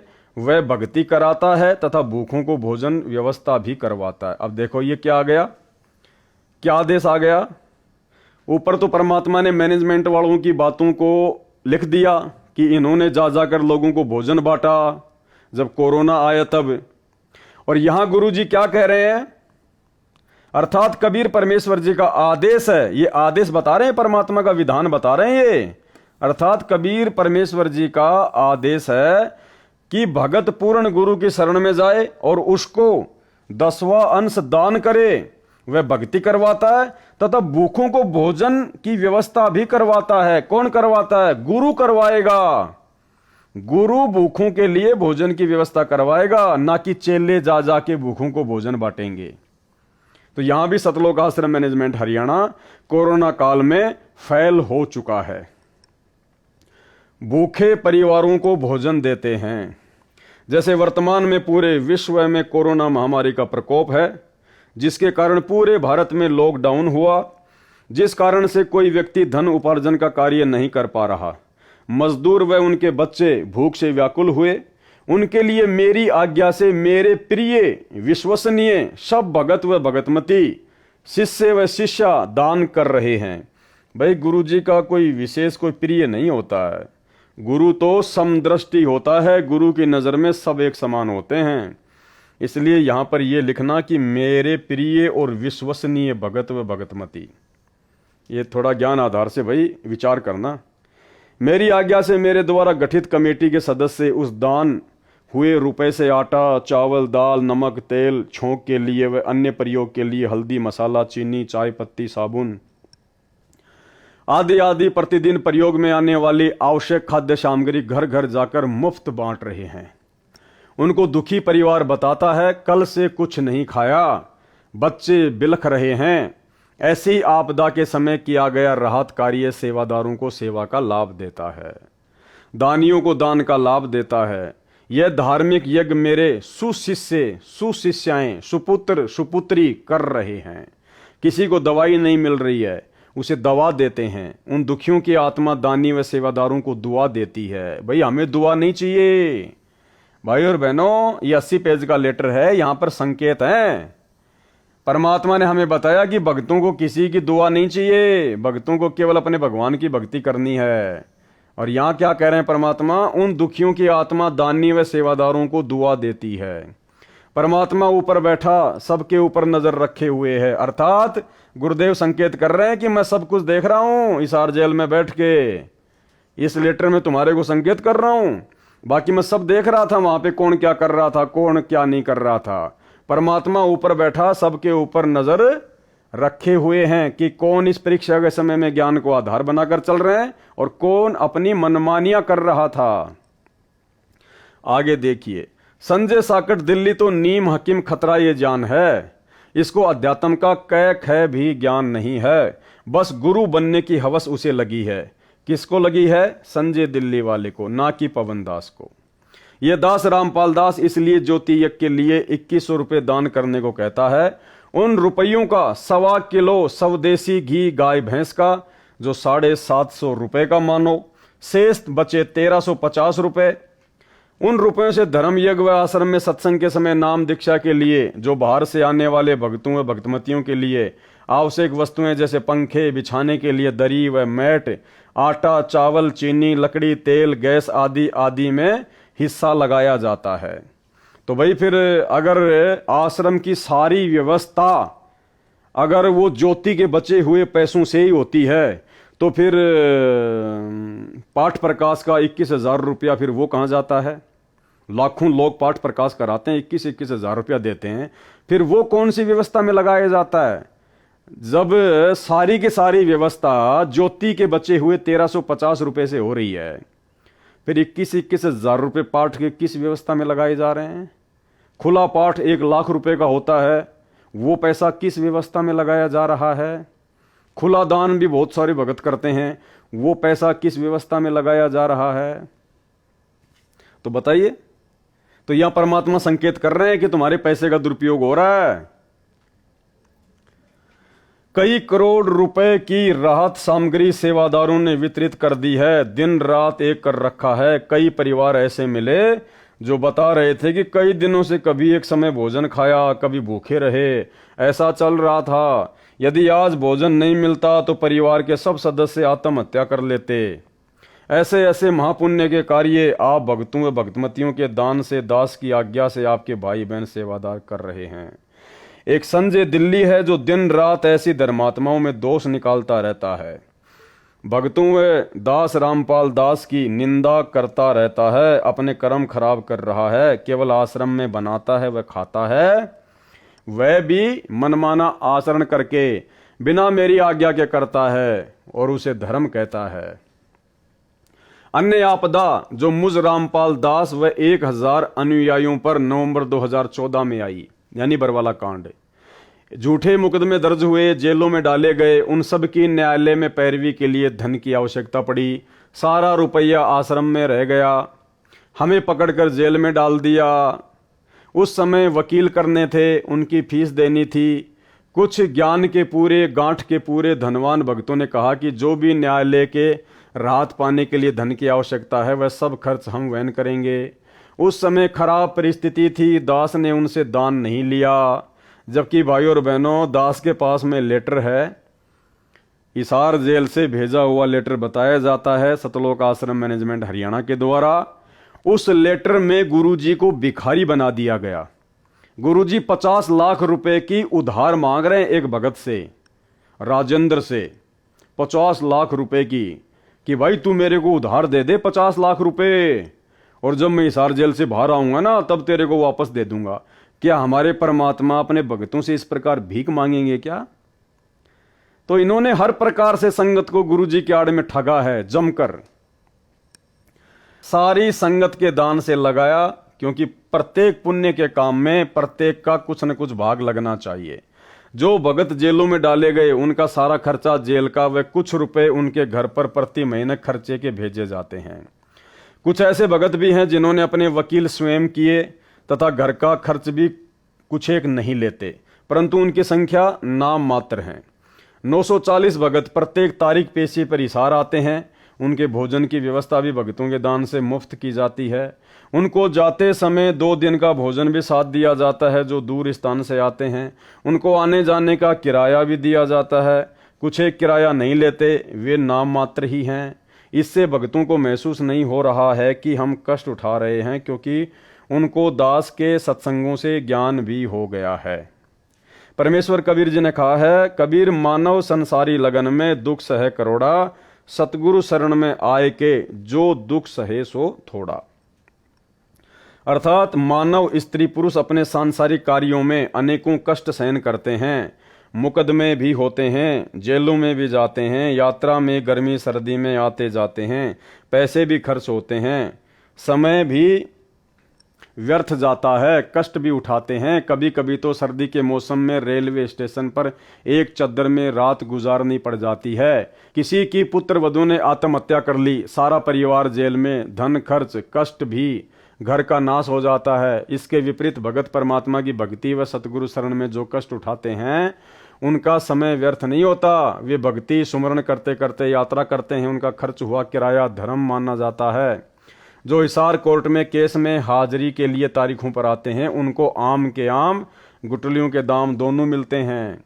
जैसे अनेकों अनुयायी गुरुजी के दर्शन व जेल धाम पर दंडवत प्रणाम करने महीने में कई बार आते हैं, जो निकट के निवासी हैं, दूर दूर स्थान वाले भी महीने में 2 महीने में दंडवत प्रणाम करने संत दर्श को चलने का पुण्य लाभ लेने आते हैं। अब भाइयों और बहनों, संत दर्श का पुण्य लाभ ऐसे नहीं मिलता है। संत दर्श का पुण्य लाभ जब मिलता है जब आपको संत के दर्शन हो, संत का आशीर्वाद मिले, उसको संत दर्श का लाभ मिलता है। संत दर्श को चालिए तज माया अभिमान, और ज्यों ज्यों कदम आगे धरे त्यों त्यों यज्ञ समान। ये वाणी परमात्मा ने किस परिस्थिति में बोली थी? जब द्वापर युग में पांडवों का यज्ञ सफल नहीं हो रहा था और श्री कृष्ण जी 5 पांडवों को नंगे पैर सुदर्शन सुपच की झोपड़ी में लेके गए थे। उस समय के लिए परमात्मा ने ये वाणी बोली है कि संत दरस को चालिए तज माया अभिमान, क्योंकि श्री कृष्ण जी और 5 पांडव 2-3 किलोमीटर पहले ही अपने रथ से नीचे उतर गए थे, नंगे पैर हो लिए थे और परमात्मा की झोपड़ी तक गए थे। और जब वो झोपड़ी में गए तो सुपथ सुदर्शन के रूप में उनको परमात्मा के दर्शन भी हुए। क्या आज वर्तमान में हिसार जेल के आगे नाक रगड़ने वालों को संत रामपाल जी के दर्शन हो रहे हैं? क्या संत रामपाल जी का आशीर्वाद मिल रहा है? इसलिए भाइयों और बहनों, ये आप और हमारी ये परीक्षा है। इस वाणी का फायदा उठाकर सतलोक आश्रम मैनेजमेंट हरियाणा वालों ने हमारे को मूर्ख बनाया। अगर हिसार जेल के आगे जाकर नाक रगड़ने से, दंडवत प्रणाम करने से ही गुरुजी का आशीर्वाद मिलता है, तो भाई फिर बाकी दिन जो आप अपने घर पर आरती के समय, सत्संग सुनने से पहले या वैसे सुबह शाम जो गुरुजी को दंडवत प्रणाम करते हो अपने घर पर, इसका मतलब उस दंडवत का तो कोई लाभ आपको नहीं मिल रहा, क्योंकि लाभ तो आपको हिसार जेल के आगे जाकर दंडवत करने से ही मिलेगा। क्या आपके घर पर परमात्मा नहीं है? क्या आपके घर पर आपके गुरुदेव भगवान विराजमान नहीं है? अगर आपके घर पर गुरुजी विराजमान नहीं है तो घर पर आप जो दंडवत करते हैं तो क्या दीवारों के सामने करते हैं? क्या जो आप ज्योति जलाते हैं अपने घर पर तो क्या आप दीवारों के सामने जलाते हैं? क्या आपके घर पे परमात्मा नहीं है? तो यहां सतलोक आश्रम मैनेजमेंट हरियाणा ने परमात्मा की इस वाणी का फायदा उठाकर ज्यादा से ज्यादा संख्या में भक्तों को इशार तारीखों पर बुलवाया ताकि कोर्ट की कार्यवाही में बाधा उत्पन्न हो। तो ये हमारी ज्ञान की परीक्षा है वर्तमान में। मात्र हिसार जेल के आगे जाने से, माथा रगड़ने से कोई लाभ नहीं मिलेगा। परमात्मा कहते हैं मोकों कहां ढूंढे रे बंदे, मैं तो तेरे पास में। और हम रोज संध्या आरती पढ़ते हैं, गुरुदेव क्या कहते हैं? घट हिम गंगा घट हिम जमुना घट हिम है जगदीश सतगुरु तारेंगे। तो जगदीश कौन है? जगदीश है सतगुरु रामपाल जी भगवान, कबीर भगवान। तो जितने भी लोग हिसार की तारीखों पर जाया करते थे वो सब के सब लोग अपनी अज्ञानता को जाहिर किया करते थे। ठीक है, यदि वैसे आपको कोई काम है, आपको हिसार जाना है और यदि आपका जेल से होकर रास्ता है, आपका जेल के आगे से होकर आपको जाना पड़ता है, तो आप जी वहां पर दंडवत कीजिए, कोई दिक्कत नहीं है। लेकिन स्पेशली यदि आप जी दंडवत करने के लिए हिसार जेल जाते हैं तो यह भगत की ज्ञानहीनता है। कबीर संत मिलन को चालिए तज माया अभिमान, जो जो कदम आगे रखे सो सो यज्ञ समान। संत मिलन को चालिए। क्या आपको संत मिलता था? क्या आपको गुरुजी मिलते थे? क्या गुरुजी के आपको दर्शन होते थे हिसार जेल के आगे? नहीं होते थे। तो आपका जाना व्यर्थ। आप व्यर्थ में अपना समय और अपने समाज से बर्बाद किया करते थे। अर्थात कबीर परमेश्वर जी ने कहा है कि हे भगत भगतमती, पूर्ण संत यानी अपने सतगुरु के दर्शन के लिए अपने धन व पद का अभिमान त्याग चलना। ऐसे संत दर्शन के लिए चलते हैं, उनका प्रत्येक कदम एक एक यज्ञ के तुल्य लाभ देता है। उस समय में पैदल यात्रा ही हुआ करती, घोड़े से या रथ आदि से कोई इक्का दुक्का ही भगत संत के पास जाता था। इसलिए कदम की गणना बताई है। वर्तमान में वाहन से ही यात्रा अधिक है, उनको भी कदम के हिसाब से लाभ मिलेगा, क्योंकि आसाम, मध्य प्रदेश, गुजरात, राजस्थान का दूर स्थान, बिहार आदि दूर देश प्रदेश से गाड़ी से आना भी खाला जी का घर नहीं है। हिम्मत है उन पुण्य आत्माओं की, वह विशेष कृपा है परमेश्वर कबीर जी की उनके ऊपर, जो ऐसे कलयुग में सब कार्य छोड़कर गुरु दर्शन को चल पड़ते हैं। लेकिन गुरु जी के दर्शन भी तो होने चाहिए, दर्शन भी तो होने चाहिए गुरु जी के। महाराष्ट्र के लातूर जिले से 2 बसें भरकर सतगुरु रामपाल जी भगवान के दर्शन करने के लिए हिसार जा रहे थे। 2018 की घटना है। और राजस्थान के नागौर में सुबह 3 बजे एक गाय की टक्कर लगने से उसका एक्सीडेंट हुआ और 13 भक्तों की ऑन द स्पॉट अकाल मौत हुई, जो लोग हिसार तारीख पर जा रहे थे गुरु जी के दर्शन करने के लिए। तो लाभ के बजाय क्या मिला? पुण्य के बजाय क्या मिला? मौत। क्या परमात्मा को मालूम नहीं था? फिर क्यों परमात्मा ने उनकी आपदा नहीं टाली? भाई वो कोई शादी में थोड़ी जा रहे थे हिसार, वो तो अपने गुरु जी के दर्शन करने के लिए जा रहे थे। हिसार जेल के आगे माथा रगड़ने के लिए जा रहे थे। फिर क्यों अकाल मौत को प्राप्त हो गए? क्योंकि वो मनमाना आचरण था। मनमाना आचरण वो वीडियो दास आपको बहुत बार दिखा चुका है, एक बार अब भी दिखा देता हूं ताकि आपको यकीन हो। नमस्कार, वन इंडिया हिंदी में आपका स्वागत है। राजस्थान के नागौर में शनिवार तड़के बड़ा हादसा हो गया। नागौर के कुचामन सिटी के पास 2 मिनी बसें बेकाबू होकर पेड़ से टकरा गई। इस हादसे में 12 लोगों की मौत हो गई, जबकि दर्जन भर लोग घायल हैं। घायलों को स्थानीय अस्पताल में भर्ती कराया गया है। पुलिस के मुताबिक महाराष्ट्र के लातूर और सोलापुर के लोग 2 मिनी बस में सवार होकर हरियाणा के हिसार जा रहे थे। बस किशनगढ़ हनुमानगढ़ मेगा हाईवे से कुचामन सिटी के पास से गुजर रही थी, तभी सामने लावारिस गौवंश आ गए। इन्हें बचाने की कोशिश में एक मिनी बस बेकाबू हो गई और सड़क किनारे खिजड़ी के पेड़ से जा टकराई। उसके पीछे चल रही बस भी बेकाबू हो गई और पेड़ से टकरा गई। वहीं इस दर्दनाक हादसे में एक बच्ची और 4 महिलाओं समेत 12 लोगों की मौत हो गई। वहीं दोनों बसों में सवार यात्रियों में से 10 लोग घायल हैं, जिनमें से 6 की हालत बेहद गंभीर बताई जा रही है। फिलहाल इस खबर में इतना ही। तमाम अपडेट्स के लिए बने रहिए वन इंडिया हिंदी के साथ। तो भाई और बहनों, वीडियो आपने देख लिया। अब आपको यकीन हो जाना चाहिए कि हम जो भक्ति कर रहे हैं वो सत्य पुरुष की भक्ति कर रहे हैं। ये सौद स्वरूपी राम है।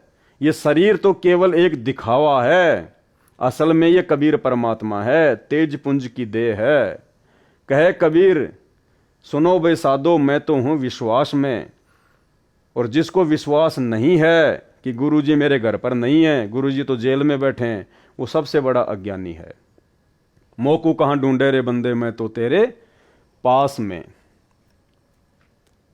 न गर्मी देखते हैं न सर्दी देखते हैं, धन्य है उनके माता पिता जिनसे जन्म लिया। धन्य ये भगत भगतमती जिनमें यह परबल प्रेरणा बनी है। इनको पूर्ण ज्ञान है, सांसारिक लगन में भी तो अनेकों कष्ट भोगने पड़ते हैं। परमात्मा प्राप्ति के लिए यह कष्ट कुछ भी नहीं है। इनका बेड़ा पार होगा। कुछ पाने के लिए कुछ करना भी पड़ता है। अगर इतना ही पुण्य जबरदस्त भक्तों को हिसार की तारीखों पर जाने से, हिसार जेल के आगे जाकर दंडोत प्रणाम करने से मिलता है, तो भाई पिछले 3 वर्षों से कोरोना के बाद में क्यों एक भी भगत हिसार जेल के आगे नहीं जा रहा? क्यों पहले की तरह संगत को हिसार की तारीख पर जाने के लिए मैसेज नहीं डाला जा रहा? क्या मैनेजमेंट नहीं चाहता कि भक्तों के पुण्य बने, भगत तुरंत सतलोक चले जाएं? तो भाई और बहनों, संकेतों को समझो, परमात्मा के संकेतों को। काल के दूत संजय दिल्ली ने भक्तों को जेल धाम हिसार में आने से रोका। कहा कि हिसार नहीं जाना, मेरे पास आना। यह संगत को उपरोक्त संत मिलन को चलने वाले पुण्य से वंचित करवाकर भक्ति हानि करवाना चाहता था।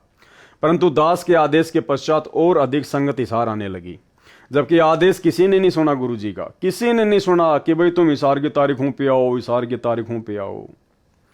जब तक सूरज चांद रहेगा, भक्तों भक्तमतियों तुम्हारा नाम रहेगा। कौन से भगत और भक्तमतियों का? जो ज्ञान को आधार बनाकर चल रहे हैं, उनका इस परीक्षा के समय में। इस प्रकार जो मुकदमे में हैं, वे मुकदमे की सेवा में हिसार कोर्ट में पेशी पर आते हैं, उनको भी यही लाभ मिलता है। उनको तो मार मार खीर खिलाई जा रही है। किनको? जिन लोगों के ऊपर बरवाला कांड में मुकदमे लगे थे। गुरुदेव कह रहे हैं उनको तो मार मार खीर खिलाई जा रही है। इसका अर्थ यह है कि यदि उन भक्तों के ऊपर परमात्मा बरवाला कांड में मुकदमे नहीं लगवाता, तो वो भगत अब तक परमात्मा से दूर हो चुके होते, वो भक्ति छोड़ चुके होते। या तो अपनी पहले वाली पूजा पाठ में लग जाते या दूसरे पंथों में चले जाते। लेकिन अच्छी आत्माएं थी, इसलिए परमात्मा ने उनको अपने चरणों में लगाए रखने के लिए उनके ऊपर मुकदमे लगवाए, ताकि वो मजबूरी वश परमात्मा से जुड़े रहें, अपने गुरुजी से जुड़े रहें। इसलिए परमात्मा कह रहे हैं उनको तो मार मार के खीर खिलाई जा रही है। धन्य भाग है उनका, पूर्ण ज्ञान है उनको भी, नहीं तो विचलित हो जाते। कोई भी टस से मस नहीं हुआ। 1-2 ज्ञान में कच्चे थे, वह उसके संजय दिल्ली के जाल में फंसे हैं, ना कि पवन दास के जाल में। गीता अध्याय 3 श्लोक 14-15 का सरलार्थ। संपूर्ण प्राणी अन्न से उत्पन्न होते हैं, क्योंकि नर मादा से उत्पत्ति उनके शरीर से निकले बीज से होती है। बीज अन्न खाने से बनता है। इसलिए कहा है अन्न की उत्पत्ति वृष्टि बारिश के जल से होती है। पहले समय में सब कृषि बारिश पर निर्भर थी। इसलिए कहा है बारिश यज्ञ धार्मिक अनुष्ठान जो विधि विधान से किया जाता है उससे होती है। धार्मिक अनुष्ठान शास्त्रों में वर्णित विधि से किए कर्मों से होता है। कर्म काल ब्रह्म ने उत्पन्न किए, क्योंकि काल ब्रह्म ज्योति निरंजन के लोक में सब प्राणियों को कर्म करके ही खाने पीने की सुविधाएं मिलती हैं।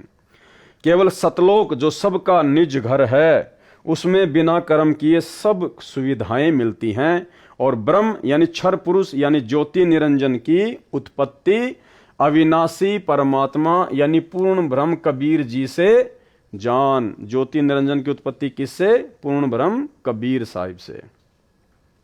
इससे स्वयं सिद्ध है कि सर्वगतम ब्रह्म परम अक्षर ब्रह्म सदा ही धार्मिक अनुष्ठानों में प्रतिष्ठित है। सर्वगतम ब्रह्म का अर्थ है जिस परमात्मा की सत्ता सबके ऊपर है, जो सब जगह निर्बाध जा सकता है, ब्रह्मा, विष्णु तथा शिव तीनों काल ब्रह्म के निज निवास 21वें ब्रह्मांड में नहीं जा सकते। ये सर्वगतम सर्वव्यापी नहीं है। काल ब्रह्म क्षर पुरुष अक्षर पुरुष के लोक में नहीं जा सकता। यह भी सर्वगतम ब्रह्म अर्थात सर्वव्यापी परमात्मा नहीं है। अक्षर पुरुष परम अक्षर ब्रह्म के सतलोक में नहीं जा सकता, इसलिए यह भी सर्वगतम ब्रह्म अर्थात सर्वव्यापी परमात्मा नहीं है। परंतु परम अक्षर ब्रह्म अर्थात कबीर देव सतगुरु रामपाल जी भगवान सत्य पुरुष कबीर जी सब लोकों में निर्बाध रूप से जा सकता है। वेद भी कहते हैं कि पूर्ण परमात्मा ऊपर सबसे ऊपर के लोक में बैठा है, वहां से चलकर पृथ्वी पर आता है। रास्ते में अक्षर पुरुष का लोक भी है, उसमें भी आता है, फिर क्षर पुरुष के लोक में पृथ्वी पर आता है। संत गरीबदास जी ने भी यही कहा है कि अजब नगर में ले गए हमको सतगुरु आण, जिल के बिंब अगाध गति सूते चादर ताण। अमर लोक से सतगुरु आए रूप धर्या करवाना, ढूंढत ऊंट महल पर डोले बूझत सा बयाना। अर्थात कबीर परमेश्वर जी जो गरीबदास जी के सतगुरु हैं, वे मेरे को संत गरीबदास जी को सतलोक से चलकर आकर गांव छुडानी में मिले, अपने अमर लोक सतलोक में लेकर गए। हम वहां सुख की नींद सोए, सूते चादर ताण। सुल्तान अब्राहिम को भी अमर लोक से सतलोक जो परमात्मा का ऊपर शून्य आकाश में है निवास स्थान है, उससे आए। आकर कारवाना ऊंटों के पाली का रूप बनाकर मिले, राजा के महल पर प्रकट हुए, राजा से वार्ता की। इसलिए सत्य पुरुष अविनाशी परमात्मा ही सर्वगतम सर्वव्यापी सबका धारण पोषण करने वाला है। इसलिए सब यज्ञों यानी धार्मिक अनुष्ठानों में इष्ट रूप में मूल रूप से पूज्य है। कौन? कबीर परमात्मा सतगुरु रामपाल जी। गीता अध्याय 15 श्लोक 16-17 में भी स्पष्ट है, जो पहले बता दिया है कि श्रेष्ठ परमात्मा अर्थात उत्तम पुरुष यानी पुरुषोत्तम तो श्लोक 16 में बताए क्षर पुरुष और अक्षर पुरुष से अन्य भिन्न ही है। जिसे परमात्मा कहा जाता है, जो तीनों लोकों में प्रवेश करके सबका धारण पोषण करता है, वह अविनाशी परमेश्वर है। जो विधि विधान से धार्मिक अनुष्ठान किए जाते हैं, उनका फल पूर्ण परमात्मा भगत भगतमती की किस्मत में लिख देता है। जो सुविधा यहाँ काल ब्रह्म के लोक में सत्य पुरुष कबीर जी के भगत भक्तमतियों को चाहिए, उनका कर्मानुसार भुगतान तीनों देवता ही करते हैं। ये भाग्य में लिखे को न कम कर सकते हैं न अधिक। जैसे कोई नौकर सेठ की नौकरी करता है तो उसकी हाजिरी लगती है, वे हाजिरी मुनीम के पास जाती हैं, वह नौकर को तनख्वाह देता है, वह उसको न कम कर सकता है न अधिक, और न तनख्वाह को रोक सकता है। ये उदाहरण समझने के लिए पर्याप्त है। सतगुरु विमुखा युग युग रोवे। और वर्तमान में सतलोक आश्रम मैनेजमेंट हरियाणा ने काल प्रेरणा से मनमानियां करते हुए पूरी की पूरी संगत को सतगुरु विमुख वाली स्थिति में लाके खड़ा कर दिया है। संजय दिल्ली वाले के ऊपर उदाहरण देकर परमात्मा क्या समझा रहे हैं। सतगुरु को त्याग कर मनमाना आचरण करने वाला संसार सागर से पार नहीं हो सकता।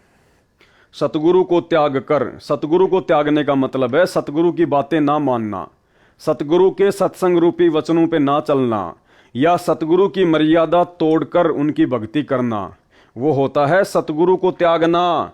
और मनमाना आचरण करने वाला संसार सागर से पार नहीं हो सकता। तो भाई सतलोक आश्रम मैनेजमेंट हरियाणा ने 2014 बरवाला कांड के बाद में कितने सारे मनमाने आचरण किए हैं, गिनती नहीं है। कुछ मोटे मोटे मनमाने आचरण जो दास आपको अक्सर गिनाता है। राजस्थान के गैंगस्टर आनंदपाल सिंह की सीबीआई जांच का समर्थन, 5 लाख रुपए राजपूत करणी सेना को चंदे के रूप में देना। 2016 में हरियाणा के जाट आरक्षण में करोड़ों रुपया भक्तों के ज्योति पाठ का जाट आरक्षण संघर्ष समिति को चंदे के रूप में देना। लाखों भक्तों को जाटों के धरनों पर बैठाना। धनाना गांव में 50 लाख रुपए का बैडमिंटन का स्टेडियम बनवाना। और धनाना गांव में कबड्डी की टीम को सतगुरु रामपाल जी परमेश्वर जी के बड़े बेटे वीरेंद्र की ओर से 31,000 रुपए का इनाम देना। धनाना गांव वालों के लिए एम्बुलेंस चलाना, बसें चलाना, रोडें ठीक करवाना। और इसके अलावा ना जाने कितने कुकर्म जो परमेश्वर के भक्ति विधान के बिल्कुल खिलाफ हैं। इसको कहते हैं मनमाना आचरण। तो ऐसा मनमाना आचरण करने वाले और संगत से करवाने वाले को गुरुदेव क्या कह रहे हैं? सतगुरु को त्याग कर मनमाना आचरण करने वाला संसार सागर से पार नहीं हो सकता। उस आत्मा का कल्याण सतगुरु जी की शरण में रहकर मर्यादा का पालन करते हुए आजीवन भक्ति करने से ही होगा। उदाहरण, परमेश्वर कबीर जी को एक जीव को काल के जाल से निकालने के लिए बहुत लंबा संघर्ष करना पड़ता है। आप सब भगत भगतमती जो मुझ दास से दीक्षित हो, आपके पीछे परमेश्वर कबीर जी युगों से लगे हैं आपको शरण में लेने के लिए, यानी काल ब्रह्म के जाल से निकालने के लिए। इतना घोर कष्ट उठाया है जितना सुल्तान अब्राहिम अधम व कमाली को काल के जाल से निकालने में कष्ट उठाए थे। सुल्तान अधम के लिए जो सम्मन वाली आत्मा थी, कभी ऊंट वाला बने, कभी यात्री का वेश बनाया, वे नौकरानी का वेश बनाकर बाग में गए। 3 कोरड़ों की चोट खाई। किसने खाई? कबीर परमात्मा ने। किस कबीर परमात्मा ने? सतगुरु रामपाल जी परमेश्वर कबीर परमात्मा ने 3 कोरड़ों की चोट खाई। फिर 3 कुत्ते लेकर जंगल में लीला की। आखिर में उसे काल की दलदल से निकाल कर छोड़ा। संत गरीबदास जी को कबीर परमेश्वर जी ने बताया है कि जो जन मेरी शरण है ताका हूं मैं दास, और गैल गैल लाग्या फिरूं जब तक धरती आकाश। एक ही उदाहरण आपको सब प्रमाण देगा जो इस प्रकार हैं। जीव को अपनी शरण में लेने के लिए परमेश्वर कबीर जी पहले जीव की शरण में स्वयं जाते हैं, यानी समझाने के लिए। प्रमाण, जो कमाली लड़की शेख तकी की बेटी थी, उसको कैसे शरण में लिया और सतगुरु शरण त्याग कर उसने क्या क्या कष्ट उठाए, तथा अंत में सतगुरु शरण में आकर ही मोक्ष प्राप्त किया। एक पुस्तक दास ने लिखी है, आध्यात्मिक ज्ञान गंगा। उसमें परमेश्वर कबीर जी का चारों युगों में प्रकट होने का वर्णन है। सतयुग तथा त्रेता युग में स्वामी रामानंद काशी वाले की आत्मा वेद विद व गंगाधर नाम का ऋषि था, तथा कमाली वाली आत्मा उसकी पत्नी दीपिका व सूर्या नाम से थी। जो दोनों युगों में जन्मे वे दोनों प्रत्येक युग में पति पत्नी बने, दोनों जन्मों में निसंतान रहे। उन आत्माओं को शरण में लेने के लिए परमेश्वर कबीर जी दोनों युगों में बालक रूप में उनको मिले। उनको अपने परवरिश की सेवा देकर पुण्य भागी बनाया, परंतु उन जीवनों में उन दोनों ने दीक्षा नहीं ली। शरीर छोड़कर दोनों स्वर्ग गए। फिर दोनों का पृथ्वी पर भिन्न भिन्न स्थानों पर जन्म होता रहा। स्वामी रामानंद जी को भी कलयुग में शिष्य बनकर शरण में लिया। कमाली की कथा इस प्रकार है। दीपिका व सूर्या वाली आत्मा मुसलमान धर्म में राबिया नाम की कन्या के रूप में जन्मी। जब वह 12-13 वर्ष की थी तब सतपुरुष कबीर जी उसको जिंदा बाबा के रूप में जंगल में मिले। उसे ज्ञान समझाया। पूर्व जन्म के शुभ संस्कार से, यहाँ पर यह प्रिंटिंग में मिस्टेक हुई है, सतलोक आश्रम मैनेजमेंट हरियाणा के द्वारा। यहाँ पर ये लड़की है, ना कि ये लकड़ी। उसे ज्ञान समझाया। पूर्व जन्म के शुभ संस्कार से लड़की ने शीघ्र ज्ञान समझकर दीक्षा ले ली। 4 वर्ष वह साधना की, फिर धर्म के व्यक्तियों के दबाव से त्याग दी। मुसलमान धर्म वाली साधना करने लगी। पूरी कथा आप पुस्तक आध्यात्मिक ज्ञान गंगा तथा पुस्तक कबीर परमेश्वर में पढ़ें। यहाँ केवल उसी प्रसंग पर चर्चा करूंगा जो आप जी को समझाना चाहता हूं। राबिया गुरुद्रोही नहीं हुई, गुरु विमुख हो गई, यानी गुरु जी को त्याग दिया, यानी उनके द्वारा बताई सत्य साधना किसी कारण से त्याग दी, जिस कारण से उसको पूर्व जन्मों में की बाल भगवान कबीर जी की सेवा तथा राबी वाले जन्म में 4 वर्ष की सत्य साधना से 3 मानव जन्म और मिले।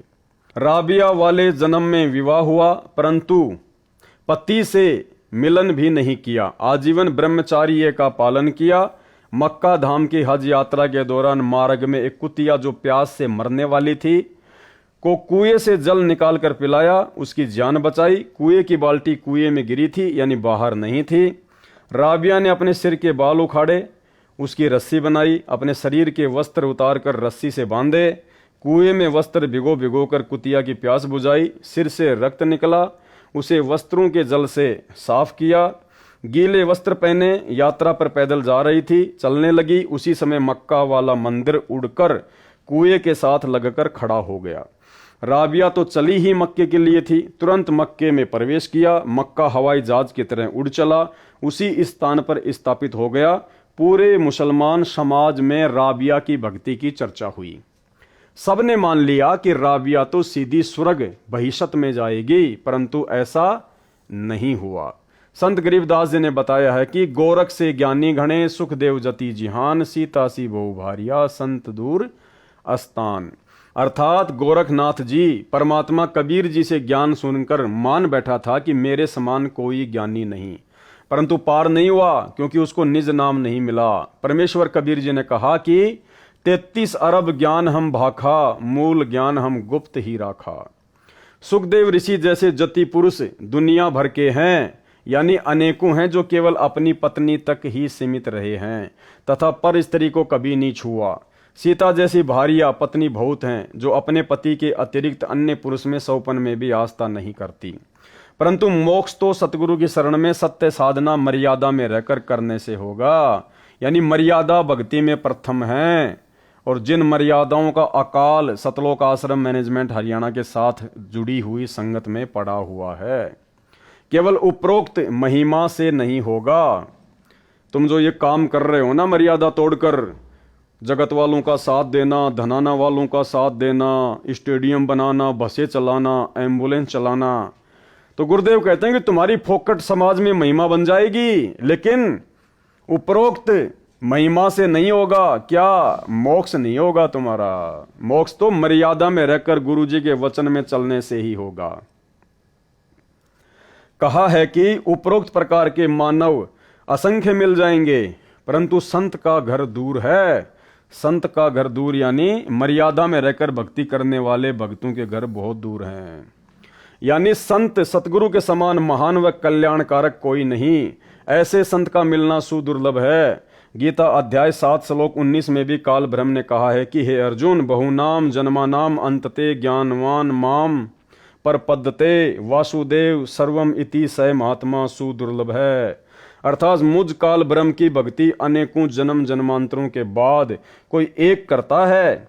अन्य जन्मों में सब अन्य देवी देवताओं की भक्ति करते रहते हैं, परंतु वासुदेव सर्वव्यापी सबका मालिक परम अक्षर ब्रह्म वही पूज्य है, वही सबका उत्पत्ति करता है, वही सबका धारण पोषण करता है, वही परमात्मा कहा जाता है, वही पुरुषोत्तम उत्तम पुरुष है, वही वास्तव में अविनाशी है। और वो अविनाशी उत्तम पुरुष सबका धारण पोषण करने वाला आप और हमारा सौभाग्य जो सतगुरु रामपाल जी परमेश्वर जी के रूप में हमें प्राप्त हैं।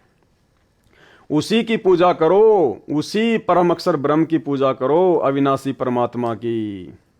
यह ज्ञान बताने वाला और उसके पास तीनों नाम हों, उसको सार शब्द का ज्ञान हो।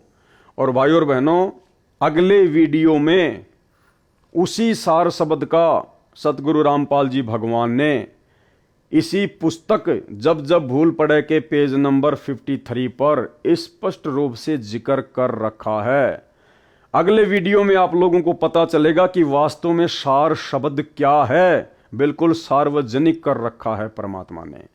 और जो भोले भाई बहन अज्ञानता में, नादानी में, जल्दबाजी में कि ना जाने गुरुजी सार जेल से आएंगे या नहीं आएंगे, मैनेजमेंट वाले सार नाम दे रहे हैं, ले लो ले लो ले लो, सार शब्द ले लो।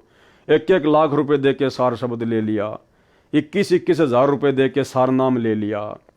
अब उनको पता चलेगा कि वास्तव में तुम्हें जो सार शब्द के नाम पे मंत्र दिए गए हैं वो क्या है। और गुरुदेव भगवान ने इसी 80 पेज के लेटर में और पेज नंबर 53 पर सार शब्द क्या बताया है, और उसको उसके गुरुजी से दीक्षा देने का अधिकार हो। महात्मा सुदुर्लभ यानी मुश्किल से मिलता है। संत गरीबदास जी ने कहा है कि कोट्यों मध्य कोई नहीं रे झुमकरा, अरबों में कोई ग्रक सुनो रे झुमकरा।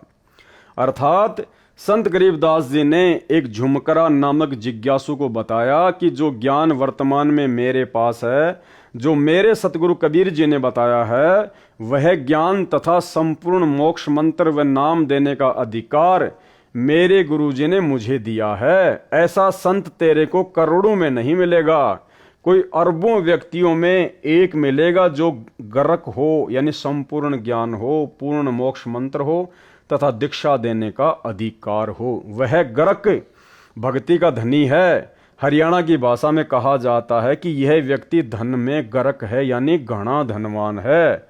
जो अच्छा पहलवान हो उसे भी कहते हैं कि हांगे में गरक है, यानी बहुत ताकतवर है। वह संत वर्तमान में दास रामपाल दास है, क्योंकि वो गरक ज्ञान में, हांगे में, ताकत में, बुद्धि में केवल एक ही हो सकता है, कबीर परमात्मा। और वही कबीर परमात्मा आप और हमारा सौभाग्य, जो सतगुरु रामपाल जी परमेश्वर जी के रूप में धरती पर प्रकट हैं। सतगुरु कबीर जी स्वयं संत बने। अब देखना, संकेत भी कर दिया परमात्मा ने। यहां तो लिख दिया कि वह संत वर्तमान में दास रामपाल दास है। अब आगे संकेत भी कर दिया, सतगुरु कबीर जी स्वयं ही संत बने थे, स्वयं ही सतपुरुष के अवतार बने, यानी स्वयं सतपुरुष हैं। संत, सतगुरु तथा साहिब में कोई अंतर नहीं होता है।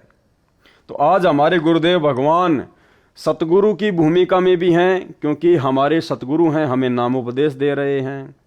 संत की भूमिका में भी हैं, क्योंकि हम कहते हैं कि संत रामपाल जी महाराज, संत रामपाल जी महाराज। भगत की भूमिका में भी हैं, क्योंकि 17 फरवरी 1988 को आदरणीय राम देवानंद जी से इन्होंने नाम दीक्षा ली लोक दिखावे में। तो सतगुरुदेव भगवान स्वयं परमात्मा तो हैं ही हैं, साहिब तो हैं ही हैं, संत की भूमिका में भी हैं, साधु की भूमिका में भी हैं, सतगुरु की भूमिका में भी हैं और सत्य पुरुष भी हैं। तो यहाँ गुरुदेव ने इशारा कर दिया कि वो कबीर परमात्मा, वो सतगुरु कबीर जी जो स्वयं ही संत बनते हैं, सतपुरुष बनते हैं, सतगुरु बनते हैं, उसमें और साहिब में यानी परमात्मा में कोई अंतर नहीं होता है। इसीलिए हम सत्सेवक भाई बहनों ने परमेश्वर जी के इसी प्रकार के सत्संगों को आधार बनाकर, इसी प्रकार के वचनों को आधार बनाकर इस कागज की काल्पनिक कबीर जी की फोटो को अपने घर से बाहर निकाल दिया है। क्योंकि जब सारे के सारे गुण हमारे गुरुदेव भगवान में हैं, एक कै साधे सब सदें, सब साधे सब जाए, और माली सींचे मूल को फले फुले अगाए, तो फिर हमें भला इस कागज के टुकड़े की, कबीर जी की कही जाने वाली काल्पनिक हाथ से बनाई हुई बनावटी फोटो की क्या आवश्यकता है। सतगुरु कबीर जी स्वयं संत बने थे, स्वयं ही सत्य पुरुष के अवतार बने, यानी स्वयं सतपुरुष हैं। संत, सतगुरु तथा साहिब में कोई अंतर नहीं होता है। गरीब सतगुरु, संत और अवतारा, तीन कला एक दरबारा, यानी उस कबीर परमात्मा के दरबार में सारे रोल वो परमात्मा स्वयं ही निभाता है। एक दरबारा, तीन कला एक दरबारा, यानी सतगुरु भी वही बनता है, संत भी वही बनता है, अवतार रूप में भी वो ही आता है। और इसीलिए परमात्मा रोज हमें नित्य नियम में पढ़ाते हैं कि सतगुरु साहिब एक शरीरा और सतगुरु बिना न लागे तीरा। और साहिब से सतगुरु भय, फिर सतगुरु से भय संत, और धर धर वेख विशाल अंग, ये खेल आदि और अंत। गरीब साहिब से सतगुरु भय, सतगुरु से भय संत, धर धर वेख विशाल अंग, खेल आदि और अंत। तो ये सारा खेल, ये सारी लीला वर्तमान में ये सत्य पुरुष कबीर देव सतगुरु रामपाल जी परमेश्वर स्वयं ही कर रहे हैं। अर्थात कबीर परमेश्वर जी परमेश्वर से सतगुरु तथा संत बने, वे भिन्न रूपों में स्वयं ही आदि अंत सदा ही लीला करते हैं। भगत कबीर व दास कबीर भी वही होते हैं, यानी एक ही समय में आदि अंत सदा ही लीला करते हैं। भगत कबीर व दास कबीर भी वही होते हैं। तो रामपाल दास और सतगुरु रामपाल जी भगवान भी एक ही होते हैं। यानी आज हमारे गुरुदेव ने एक भगत की भूमिका भी निभाई। 17 फरवरी 1988 को आदरणीय राम देवानंद जी से दीक्षा लेकर उनको अपना मुंह बोला गुरु बनाकर लोक दिखावे में, और सन 1994 में सत्संग और नाम दीक्षा देकर सतगुरु की भूमिका भी निभाई। तो क्या कह रहे हैं, भगत कबीर व दास कबीर भी वही होते हैं। यानी एक ही समय में वे सतगुरु, संत, दास तथा भगत होते हैं और ये सारे गुण सतगुरु रामपाल जी भगवान में विद्यमान हैं। सन 1994 से इन्होंने आप और हमारे को नाम दीक्षा देनी शुरू की, तो क्या बन गए, सतगुरु। 17 फरवरी 1988 को इन्होंने लोक दिखावे में लीला करते हुए आदरणीय राम देवानंद जी से नाम दीक्षा ली, तो क्या बने, नाम दीक्षा लेकर भगत। और हम अपने गुरुदेव को क्या कहते हैं, संत रामपाल जी भगवान, तो क्या बने, संत। और सत्य पुरुष फिर ये स्वयं है ही, क्योंकि ये सारी लीला सत्य पुरुष स्वयं ही करता है।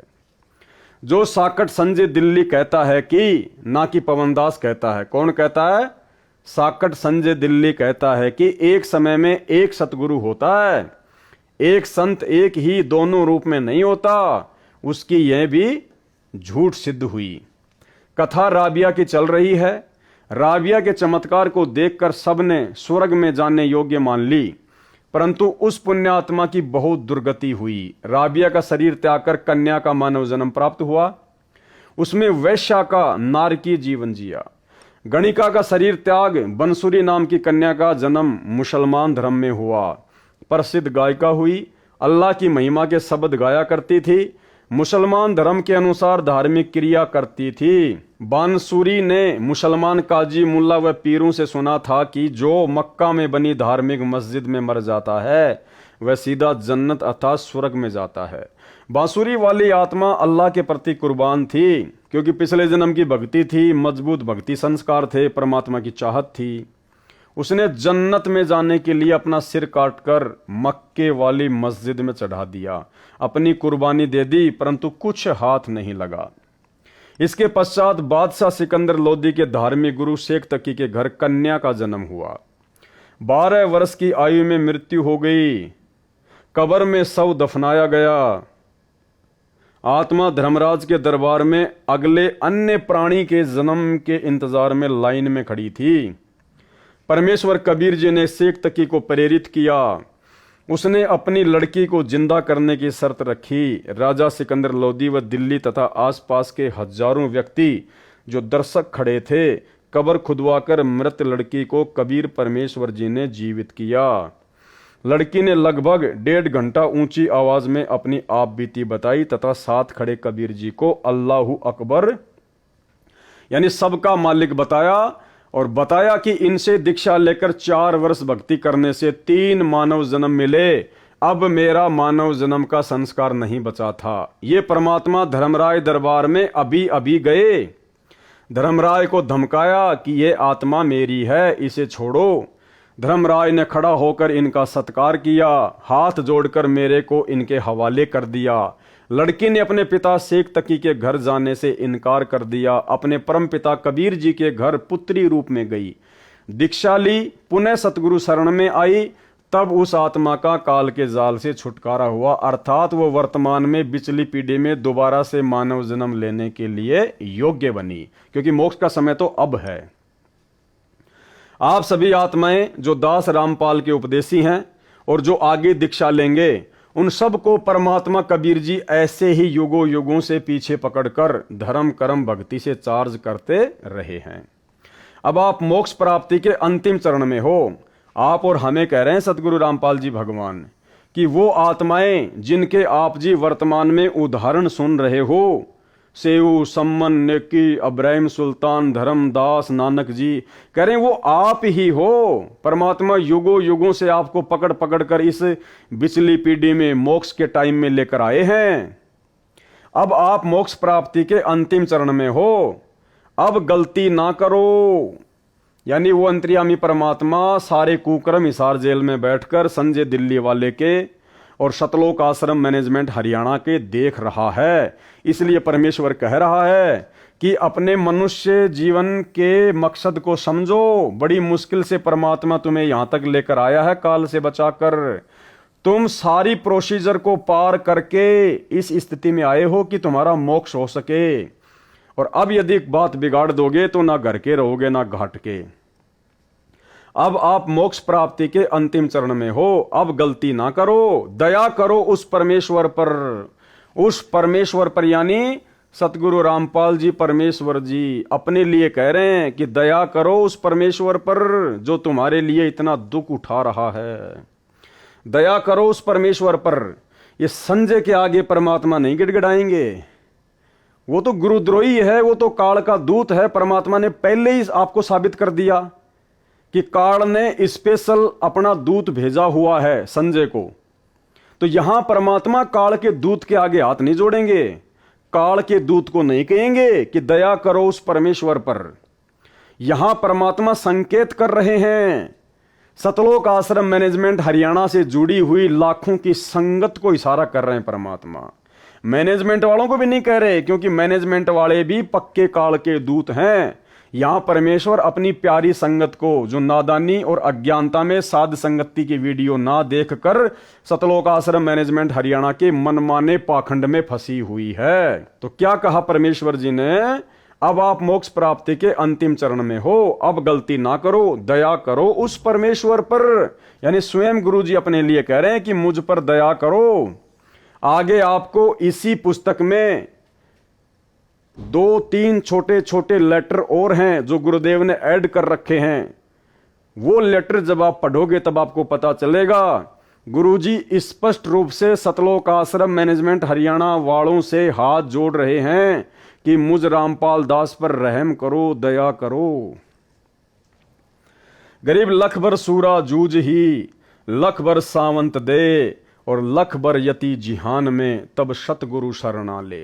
यानी हम इतने मानव जन्म प्राप्त करके, ऐसे ऐसे विशेष मानव जन्म भी हमने प्राप्त किए हैं, तब कहीं जाकर हमारे को सतगुरु की शरण मिलती है। लख बर सूरा जूझ ही, सूरा यानी सूरवीर, जो युद्ध के मैदान में मर जाएगा लेकिन पीछे नहीं हटता, उसको कहते हैं सूरवीर। जो दूसरों के ऊपर होते हुए जुल्मों को, अत्याचारों को देख नहीं सकता, सहन नहीं कर सकता, उसको कहते हैं सूरवीर। तो गुरुदेव भगवान कह रहे हैं कि आप कोई सामान्य आत्माएं नहीं हो। लख भर आपने लाखों बार ऐसे सूरवीर महापुरुषों के जन्म प्राप्त किए हैं। और लख बर सावंत दे, सावंत दे परमात्मा ने उस व्यक्ति को बताया जिसके दोनों हाथ या एक हाथ घुटने से नीचे तक होता है, उसको सावंत दे प्राणी कहते हैं। श्री रामचंद्र जी, दशरथ पुत्र श्री रामचंद्र जी सावंत दे थे। तो गुरुदेव कह रहे हैं कि तुमने ऐसे ऐसे भी लाखों जन्म प्राप्त किए हैं, क्योंकि सावंत दे उसको प्राप्त होती है जिसके पास में भक्ति धन बहुत ज्यादा होता है। और लख बर यति जिहान में, यति वो पुरुष होता है जो अपनी स्त्री के अलावा किसी और की तरफ गंदी नजरों से नहीं देखता है, जैसे सुखदेव ऋषि और राजा रामचंद्र जी का भाई लक्ष्मण। तब सतगुरु शरणा ले, यानी तुम इतने संघर्ष कर चुके हो, ऐसे ऐसे महान महान महापुरुषों के तुम जन्म प्राप्त कर चुके हो, तब कहीं जाके उस पूर्ण ब्रह्म परमात्मा कबीर देव जी की, जो धरती पर सतगुरु रूप में आता है, उसकी शरण प्राप्त होती है। और परमेश्वर कह रहे हैं कि वो शरण आज वर्तमान में तुम्हें उस कबीर परमात्मा सतगुरु रामपाल जी की प्राप्त हो चुकी है। और अब यदि तुम अपना काम बिगाड़ोगे, अपनी बात बिगाड़ोगे, ज्ञान को आधार नहीं बनाओगे, देखा देखी में चलोगे, तो मार खाओगे। अब आप मोक्ष प्राप्ति के अंतिम चरण में हो, अब गलती ना करो, दया करो उस परमेश्वर पर। गरीब लख बर सूरा जूझ ही, लख बर सावंत दे, लख बर यति जिहान में तब सतगुरु रामपाल जी अपनी शरण में ले। अर्थात पूर्व जन्म की धार्मिक कर्मी आत्मा सूरवीर होती है। सूरवीर कोई बुराई नहीं करता, निर्बल को नहीं सताता, अन्यायी बलवान से कभी नहीं डरता, अन्याय न करता है न सहन करता है, आन बान शान के लिए, देश के लिए, कौम के लिए कुर्बान हो जाता है, उल्टा कदम नहीं रखता। ऐसी आत्मा लाख जन्मों में रही हो और जो सावंत देह वाला होता है उसके एक या दोनों हाथ घुटनों से नीचे तक लंबे होते हैं, वह भी महापुण्यात्मा होता है। ऐसी आत्मा लाख जन्मों में रही हो, और जो आत्मा लाख जन्मों में जती रही हो, ऐसी आत्मा को परमेश्वर कबीर जी, सतगुरु रामपाल जी भगवान जी अपनी शरण में लेते हैं। आप जो दास से उपदेश प्राप्त हो, कौन? आप और हम सभी भगत भाई बहन। गुरुदेव क्या कह रहे हैं? आप जो दास से उपदेश प्राप्त हो, इनसे भी कई गुणा नेक रहे हो।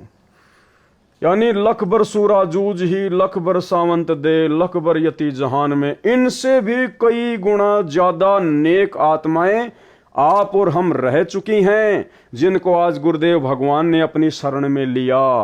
आप तो अंतिम चरण में पहुंच गए हो।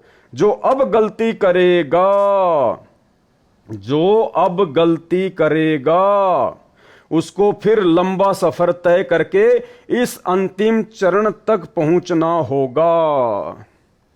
भाई और बहनों, उदाहरण के लिए जैसे एक क्रिकेट की टीम होती है, और जब विश्व कप के लिए मैच होता है तो उस क्रिकेट की टीम को कितने टूर्नामेंट खेलने पड़ते हैं, कितने मैच खेलने पड़ते हैं, कितना संघर्ष करना पड़ता है, कहां कहां जाना पड़ता है, कितने दिन लगते हैं, कितनी टीमों के साथ में उसको भिड़ना पड़ता है, हारने जीतने का कितना डर होता है, तब कहीं जाकर वो फाइनल में टीम पहुंचती है, यानी लास्ट टीम के साथ में आमने सामने होती है।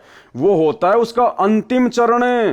इतने संघर्ष के बाद, इतनी टीमों को हराने के बाद, इतने दुख उठाने के बाद, इतनी चोटें खाने के बाद, इतने दर्द सहन करने के बाद वो फाइनल में पहुंच गई, अंतिम चरण में। और उस समय यदि उसने जरा भी कमजोरी दिखा दी, मर्यादा तोड़ दी, मनमाना आचरण किया, ज्ञान को आधार नहीं बनाया और सतगुरु के दिल से नीचे उतर गई, तो परमात्मा कहते हैं फिर तुझे वापस उसी प्रोसीजर से फाइनल में आना पड़ेगा। और फाइनल में ना जाने कोई गारंटी थोड़ी कि हर बार वही दो टीम फिर फाइनल में आएंगी। ना जाने कितनी बार हारना पड़ेगा, कितने साल, कितने युग लग जाएंगे हारते हराते, हारते हराते, और फिर ना जाने किसी जन्म में फाइनल में पहुंचेगी। इसी कलयुग की पिछली पीढ़ी में यही सतगुरु रामपाल भगवान होगा हमारा सतगुरु, और दूसरा रास्ता नहीं है मोक्ष का। तो परमात्मा कह रहे हैं तुम फाइनल में आ चुके हो, और अब यदि तुम जरा भी धोखा खा गए, जैसे सतलोक आश्रम मैनेजमेंट हरियाणा को काल ने धोखा देने के लिए ही खड़ा किया है। संजय गुरुद्रोही को, दिल्ली वाले को काल ने संगत को धोखा देने के लिए ही खड़ा किया है। आप जो दास से उपदेश प्राप्त हैं, यानी सतगुरु रामपाल जी भगवान के शिष्य और शिष्या हैं, इनसे भी कई गुणा नेक रहे हैं।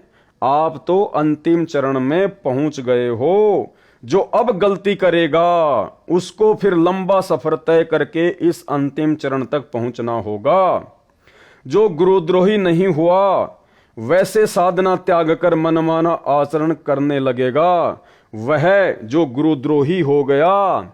जो गुरुद्रोही नहीं हुआ, वैसे साधना त्याग कर मनमाना आचरण करने लगेगा, वह जो गुरुद्रोही हो गया, उसका तो बेड़ा गर्क हो जाएगा। उसको तो असंख्य युगों तक सतगुरु कबीर जी की शरण नसीब नहीं होगी।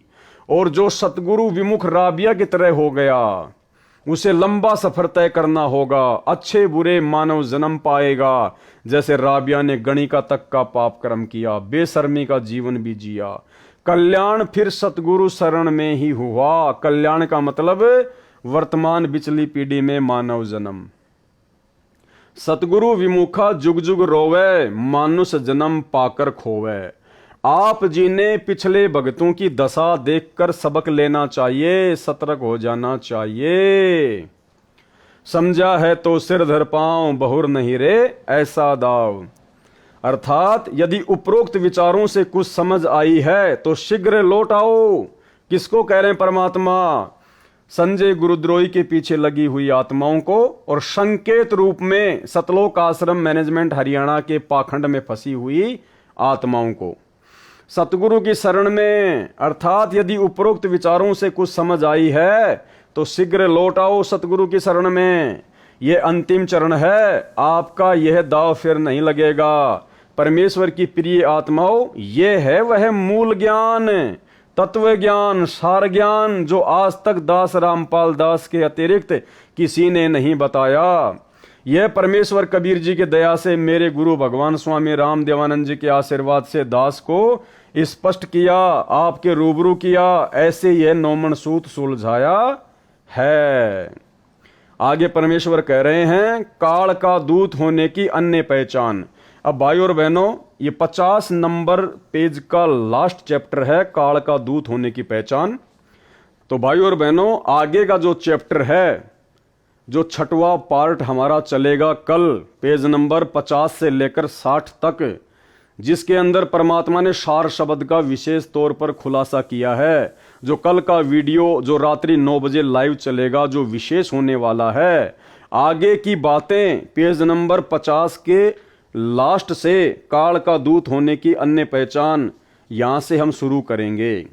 तो भाई और बहनों, ये 80 पेज का जो लेटर है, जो पुस्तक है, ये बहुत ही विशेष है, जो सतगुरु रामपाल जी परमेश्वर जी ने आप और हम आत्माओं को काल के षड्यंत्र से सावधान करने के लिए सांकेतिक रूप में लिखी है और सतलोक आश्रम मैनेजमेंट हरियाणा के माध्यम से ही संगत के घर घर में पहुंचा दी है। और अब परमात्मा ने दास को खड़ा कर दिया, निमित्त बना दिया, आप सभी भाई बहनों को इस पुस्तक को अच्छे से पढ़ाने के लिए, जो बातें आप जी इसको पढ़कर नहीं समझ पाए थे उनको समझाने के लिए गुरुदेव भगवान ने सद्बुद्धि देकर इस 2 कोटि के जीव पवन दास को निमित्त बनाकर। तो भाई और बहनों, देखो कितना संघर्ष आप और हमारे लिए हमारे गुरुदेव भगवान कर रहे हैं। पहले तो गुरुदेव ने लगभग 20-21 साल तक, सन 1994 से 2014 तक गांव-गांव में सत्संग करके या आश्रम खोलकर सत्संग करके दुनिया भर के झूठे मुकदमों को अपने ऊपर झेल कर कितनी परेशानियां सहन करके परमात्मा ने इस अमृत ज्ञान को आप और हमारे तक पहुंचाया। उसके बाद बरवाला कांड हुआ, परमात्मा जेल में बैठे हैं, वहां से भी परमात्मा आप और हमारे लिए इतने चिंतित हैं कि परमेश्वर ने लगभग 45 एक घंटे के ऑडियो तो वहां से सत्संग रूप में भेज दिए हैं, बाकी लगातार हर सप्ताह आ ही रहे हैं। ऊपर से परमात्मा ने साध संगतियां शुरू करवा दी, हजारों की संख्या में गुरुदेव भगवान के सत्संगों के निष्कर्ष को उन्हीं के द्वारा प्रदान की गई सद्बुद्धि आधार से वीडियो बना बनाकर आप जी को समझाए जा रहे हैं। ये बहुत बड़ी मेहर परमात्मा ने आप और हमारे ऊपर बख्शी। ऊपर से परमेश्वर ने दया बख्शी, ये जो 80 पेज का लेटर आया है, इसके ऊपर 8 वीडियो बनने जा रहे हैं टोटल। तो भाई और बहनों, इतना सब कुछ मेटेरियल परमात्मा ने आप और हमें काल के षड्यंत्र से बचे रहने के लिए दिया है।